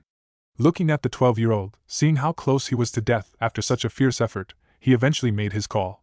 Rising from his kneeling position, he turned to look at the people gathered around him. Gurin, Kimimaro, Jugo, and the Sound Four all looked at him. Meet me at the main entrance in 5 minutes, he told them calmly. Be sure to have taken soldier pills before that. With his instructions finished, he walked past them, into the deeper parts of the laboratories. More precisely, he opened the door to one of the storage rooms. A wave of cold hit him as he opened the door, revealing a large room with shelves along the walls and in the middle of the floor both. He walked in, caring not for the almost freezing temperatures inside, and started examining the shelves. It took him some time, but eventually he did find it, retrieving a series of small tubes from one of the shelves. Looking at the contents of them, he smiled to himself. Here was something he'd have good use for, if he could deploy it, that was. Putting it in his palm, he made a one-handed seal and let the vials vanish in a swirl of space-time distortions. He flexed his fingers with a smirk before leaving the room and walking back through the ruined tunnels and getting to the main entrance. The shinobi posted there looked at him, their eyes filled with exhaustion but respect as well. This was it. If he guessed correctly, Suitetsu would be waiting for the sounds of battle, having gathered his entire horde for one massive attack. It suited the man. It was precisely as complex as the mad killer made his plans. The others were waiting for him, all of them having the kind of alert glow in their eyes that were deep enough to be a lasting one but shallow enough to show that they were the body going on afterburner thanks to the soldier pills. Naruto cracked his neck and met their eyes, none of them flinching or turning away. We go on the offensive, hit them hard and fast, he said. Wait for my signal, stick close and do not hold back one iota, wipe them out. It was probably redundant, yet he'd rather be safe than sorry. Turning to the other Oto shinobi, he gave them their final instructions. Fall back and fortify the innermost perimeter, dig down and do not leave your positions if you want to live. He narrowed his eyes, speaking with a low voice to accentuate how important this was. When shinobi of his and to a lesser extent, the people that were going to follow him, thought it was not safe to be close. Without further ado, he walked out of the room, towards the larger halls. It was time to end this, all bets were off and now everything was permitted. With the moment he had been waiting for having arrived, Naruto walked into the dark tunnels with his 7 hand-picked shinobi following him. 8 men against what? 800? So be it. The main hall of the giant complex that made up Otogekyu no Sato was tremendous in its size. Having served mainly as a large fighting pit for when Orochimaru pitted dozens of slaves, captured shinobi and mutated people against each other, the square room was stark, had thick iron bars and countless holes in the walls through where the next victims of the pits were herded. Now, however, being close to the labs yet far away that it gave secrecy, it was filled with people. Hundreds of them, mutants, robbers, fallen shinobi, all sorts of people, yet they were all united by 2 things. The first being that the darkness that had taken them as slaves, servants or what have you, now was inside them as well. With the tyrant of Oto dead, they did not seek to go home or to forget, instead they sought only to inflict pain on the world around them. The second was the young man standing at the balcony from where Orochimaru had used to witness the bloody spectacles taking place beneath him. He was not a very imposing figure, being mid-height and with an average-built body. It was not those qualities that made him stand out. What made that was the cold, ice-blue, almost fish-like eyes, and the shark-like teeth filling his mouth. He currently stood leaning forwards against the railing of the balcony, looking down at the horde moving below. His face was lit by torches sitting on the corner of the balcony, the rest of the room being dark. The giant horde of people beneath him seemed almost like a huge mass of squirming vermin. Move, move! He yelled, his face in a menacing grin as he looked down at the dark mass squirming beneath. "You've got 30 more seconds to be ready before I cut you all up like sashimi." The cheer in his voice was seemingly genuine, yet in the voice was still an unmistakable tone of sincerity. He meant every word of what he said. The large sword strapped to his back gave extra weight to his words as well. The horde below him moved, unsheathing weapons, moving up so they were closer to the door. In all ways they readied themselves for what they all knew would be the final push. Sadistic grins sat on many lips as they thought about what would wait when they were done with these last pests. The world above their heads would burn, the fighting and pillaging awaiting delighting them all. The shock was therefore total when the doors they had gathered in front suddenly exploded. Not inwards either, outwards. With a deafening roar the doors flew off their hinges and were sent flying into the air so far that they came to hit the back end of the giant hall, several hundred meters away. The people closest to the door had been thrown back, sent flying uncontrollably, and they landed with cries of pain. Thousands of eyes turned to look at the door as the dust settled, shock having struck them all mute. 8 figures now stood in the doorway, facing down the horde without the least hints of fear. At the front of this small troop stood someone that few could see without at least a small tinge of fear.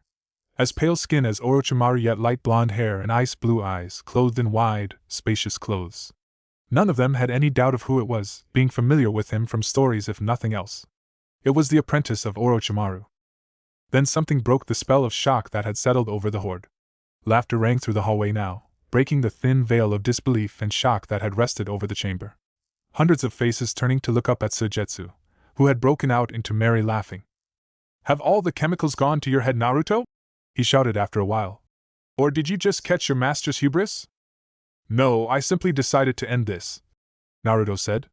"And let us dispense with the expected clichés. You'll ask how 8 people will be able to do anything. Allow me answer it in deeds, the only language you've ever understood." Naruto now moved with immense speed, raising his hand and slashing his thumb open along one of his fangs, flashing through hand seals and then slamming his hands against the ground. All this happened before anyone could realize what he was doing and prevent it. Naruto pushed with all he had, shoved as much chakra as possible into it, and shouted from the exertion. It was not just chakra enough to summon a snake, not only chakra enough to summon one of the dreaded snake lords, not even merely chakra enough to summon Manda, the king of all snakes. It was above and beyond it. It was nearly every last drop of chakra Naruto could muster, a true and total explosive discharge of chakra. It was more than most people would even get close to feeling in their entire life, even amongst jonin, and the very air shivered as he unleashed his power. All or nothing, the world began to rumble and an explosion shattered the floor under Naruto's feet, making it twist and tilt, and a roaring sound filled the chamber. Yet again the horde in front of them were blinded, the sound of what sounded like a waterfall of gravel filling the air for several seconds. When the smoke cleared again, however, they saw that it wasn't gravel that had made that sound. Yet all of the people in the chamber found themselves suddenly wishing, so badly, that it had been that. Naruto and his companions were no longer standing at the same level as Suigetsu's horde. Instead they were more like on Suigetsu's level, now standing all on the heads of the 6 massive snakes that had appeared in the room. They were immense, overwhelming in size. They easily reached to the roof, staying low to be able to fit in the room. Each of them were a dark green, had giant yellow eyes that seemed to glow and fanged mouths that could hold 12 people easily. As they hissed the air shivered, the humongous serpents looking down on the horde with contempt in their eyes. "You bring my kin a fine first battle, Namikaze," said the snake upon which Naruto stood alone, the new Manda of the snakes. It looked down on the gathered horde with hunger glowing in its eyes. "Sakan, Taiyuya, Kidamaru, Jirubu, you're with me," Naruto said calmly. "The rest of you, kill!" On the last word his voice struck like a whip, cracking with force as it echoed through the room. However, soon it was drowned out by the seething roars of the serpents as they threw themselves at Suigetsu's forces, the carnage being a fact within instants. Jugo, Gyurin and Kimimaro all leaped off the snakes they stood on, landing on the floor and throwing themselves head first at the foes. Jugo's face went from unwilling and hesitant to savagely delighted as his arms morphed, changing into 2 huge battle axes. Throwing himself into the horde, his arms flailed around him, cutting down several people with each swing. Gyurin was a few dozen meters to his right, the woman's face filled with fierce joy as she, with 2 small crystal blades on her wrists. She moved through them like a scythe, firing crystal projectiles in all directions. There were few who even reached her to be sliced down by her wrist blades. Yet Kimimaro was the most elegant of them all, moved with the grace of a dancing swallow, and with the precision and speed of a diving peregrine falcon. He danced through them, using whatever space there was, whether he had to step around, below, above, or even through, he never ceased moving. From his body spikes of razor-sharp bone shot out, slicing into arteries, piercing organs and cutting tendons with seemingly effortless skill. The giant snakes, the new Manda of the Snake Clan and his 5 closest servants, crushed their enemies like insects, devouring them whole, spitting out clouds of smoke that killed dozens of people. The carnage was total. What more, Naruto and the Sound Four all had leaped through the air, making massive leaps that brought them above the carnage, like a swarm of birds of prey. They landed in blurs of motion on the large balcony whereupon Suigetsu stood. Naruto was in the middle, the Sound Four at the corners. Each of the Sound Four raised their hands as soon as they landed, forming a tiger seal, and within a second the air around the balcony blazed. Walls of purple chakra formed around it, capturing everyone on the balcony inside it.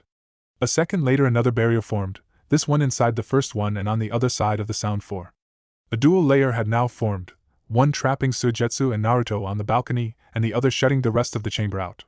With the Sound Four between them and now safe, the barriers that had formed was impenetrable. "I have you now," Naruto said calmly, drawing Kusanagi from its sheath. Suigetsu looked around himself in surprise initially. He seemed like he couldn't believe his eyes. Yet, it did not turn out to be fear which had caused the shock. Turning to Naruto, the young man laughed with his teeth bared and a glow in his eyes as he drew his sword as well. "I can't believe you'd be so stupid," he grinned bloodthirstily. "Sealing yourself in here with me, without both stamina and chakra. I'm going to enjoy this," he roared, swinging at Naruto with immense speed. The sword turned into a blur, Naruto leaning backwards to avoid it. Sweat already ran down his brow and his breath was ragged. Dancing backwards, he avoided Suigetsu's sword as it came at him again and again, each time with more and more slim margins. "Having problems, Naruto?" Suigetsu yelled as he swung at Naruto, managing to nick the other. Naruto did not answer, instead leaping backwards with a somersault that brought him above a wide swing of Suigetsu's cleaver. As he landed by the edge of the purple flame cage created for them, he had retrieved a soldier pill from his pouch and flicked it into his mouth. Biting down, he smirked at Suigetsu. "For the moment, yes," he said, raising his sword. "Within 5 minutes my body will have fully absorbed this pill and my current state will be but a memory. Come on, despair as you fail time and time again to destroy me and I regain my power bit by bit." His grin was sadistic, superior. It was the grin of a maniac squashing an offensive bug. Suigetsu's face, although surprised at first, turned angry. His eyes narrowed and his muscles tensed. "You cocky little bookworm," he growled. "I'm gonna cut you open and make snakeskin boots out of your skin." With that, Suigetsu grunted as his body pulsed. The muscles swelled up, almost as if they were inflated, and the shark-toothed ninja attacked once again. Naruto leaped out of the way once again, however this time he leaped forwards, slicing Suigetsu's body in half as he dove under the man's sword. Suigetsu didn't even notice it, only a splash of water came from where the wound should have been and he spun around, crashing his blade into the floor and sending bits of it flying everywhere. Naruto snarled as the shower of stones and rocks hit him, sending him tumbling to the floor for one single instant, after which he was on his feet again, leaping at Suigetsu with his blade raised. The two continued their deadly dance inside the cage, stunning feats of acrobatics and blindingly fast sword strikes being displayed. Suigetsu and Naruto were both powerful and skilled both, enough that the battle fought inside this cage put the one raging outside to shame. Perhaps not in blood spilt, but in sheer blinding ability. Naruto was as powerful as Jugo, as refined as Guren and as graceful as Kimimaro in his moves, and Suigetsu much the same. What he lacked in the two latter categories he compensated for in sheer brutality, becoming a hurricane of death. Yet, an impasse was reached. Naruto's strikes did nothing to Suigetsu and Suigetsu could at most nick Naruto, something that to Orochimaru's Bane and Apprentice meant nothing. After several minutes something became evident inside this cage. Despite Naruto's claims, he did not recover. The man only grew more and more sweaty, his breath more and more ragged, and Suigetsu's sneer turned slowly into a grin. "You've already taken one, haven't you?" Suigetsu asked. "You're trying to bluff me." Now, grinning hungrily, the leader of this horse of villains charged furiously, unleashing a savage series of attacks that saw Naruto knocked backwards, landing on his back and sliding along the floor. His opponent roared in triumph. "Suck on that, bookworm!" The shark-toothed shinobi yelled. "Not so fun to leave your study and come out into reality, right?" Suigetsu advanced on Naruto, his blade raised high. Naruto only sneered at him. He leaped to his feet, but Suigetsu was upon him, kicking him in the chest and forcing him down. "Oh no you don't!" The shark-toothed shinobi grinned. "Boots should stay on the ground," he said, raising his sword, Naruto only looking at him. Then, the wall behind Suigetsu exploded. The man froze, and for half a second things went almost quiet in the chamber, the fighting dying off as people were blinded by the sudden blaze of sunlight from the giant hole that had formed in the wall. Suigetsu looked back and saw how out of the blaze of light that had formed on the wall several dozens of meters away seemingly spewed out pinpricks of darkness. Dozens of figures leaped into the chamber, explosions and blasts of chakra and fire filling it as the figures attacked. It took Suigetsu half a second, but he then saw the figures more clearly. They wore black and gray clothes and armor, their faces obscured by white and red porcelain masks and weapons in their hands. Suigetsu stared at the sight, shock and horror filling him as he realized who the people who now had landed on the floor below, and were busy cutting down his army like a scythe through wheat were. It was Konoha's Anbu. And thus the proverbial cavalry arrived, Naruto said, Suigetsu looking back just in time to see Naruto having leapt to his feet and formed a single seal. Moving at top speed, the man grabbed something that appeared in his hand, and Suigetsu did not have time to move before Naruto crushed whatever was in his hand and with one powerful palm strike drove it all into Suigetsu's gut with full force. And you dropped your guard, Naruto said, Suigetsu's eyes widening. He had only just enough time to register a sudden, explosive pain in his guts before he exploded. There was no other way to explain it. In one instant Suigetsu exploded, a cascade of water and steam shooting in all directions as the detonation ripped through the air.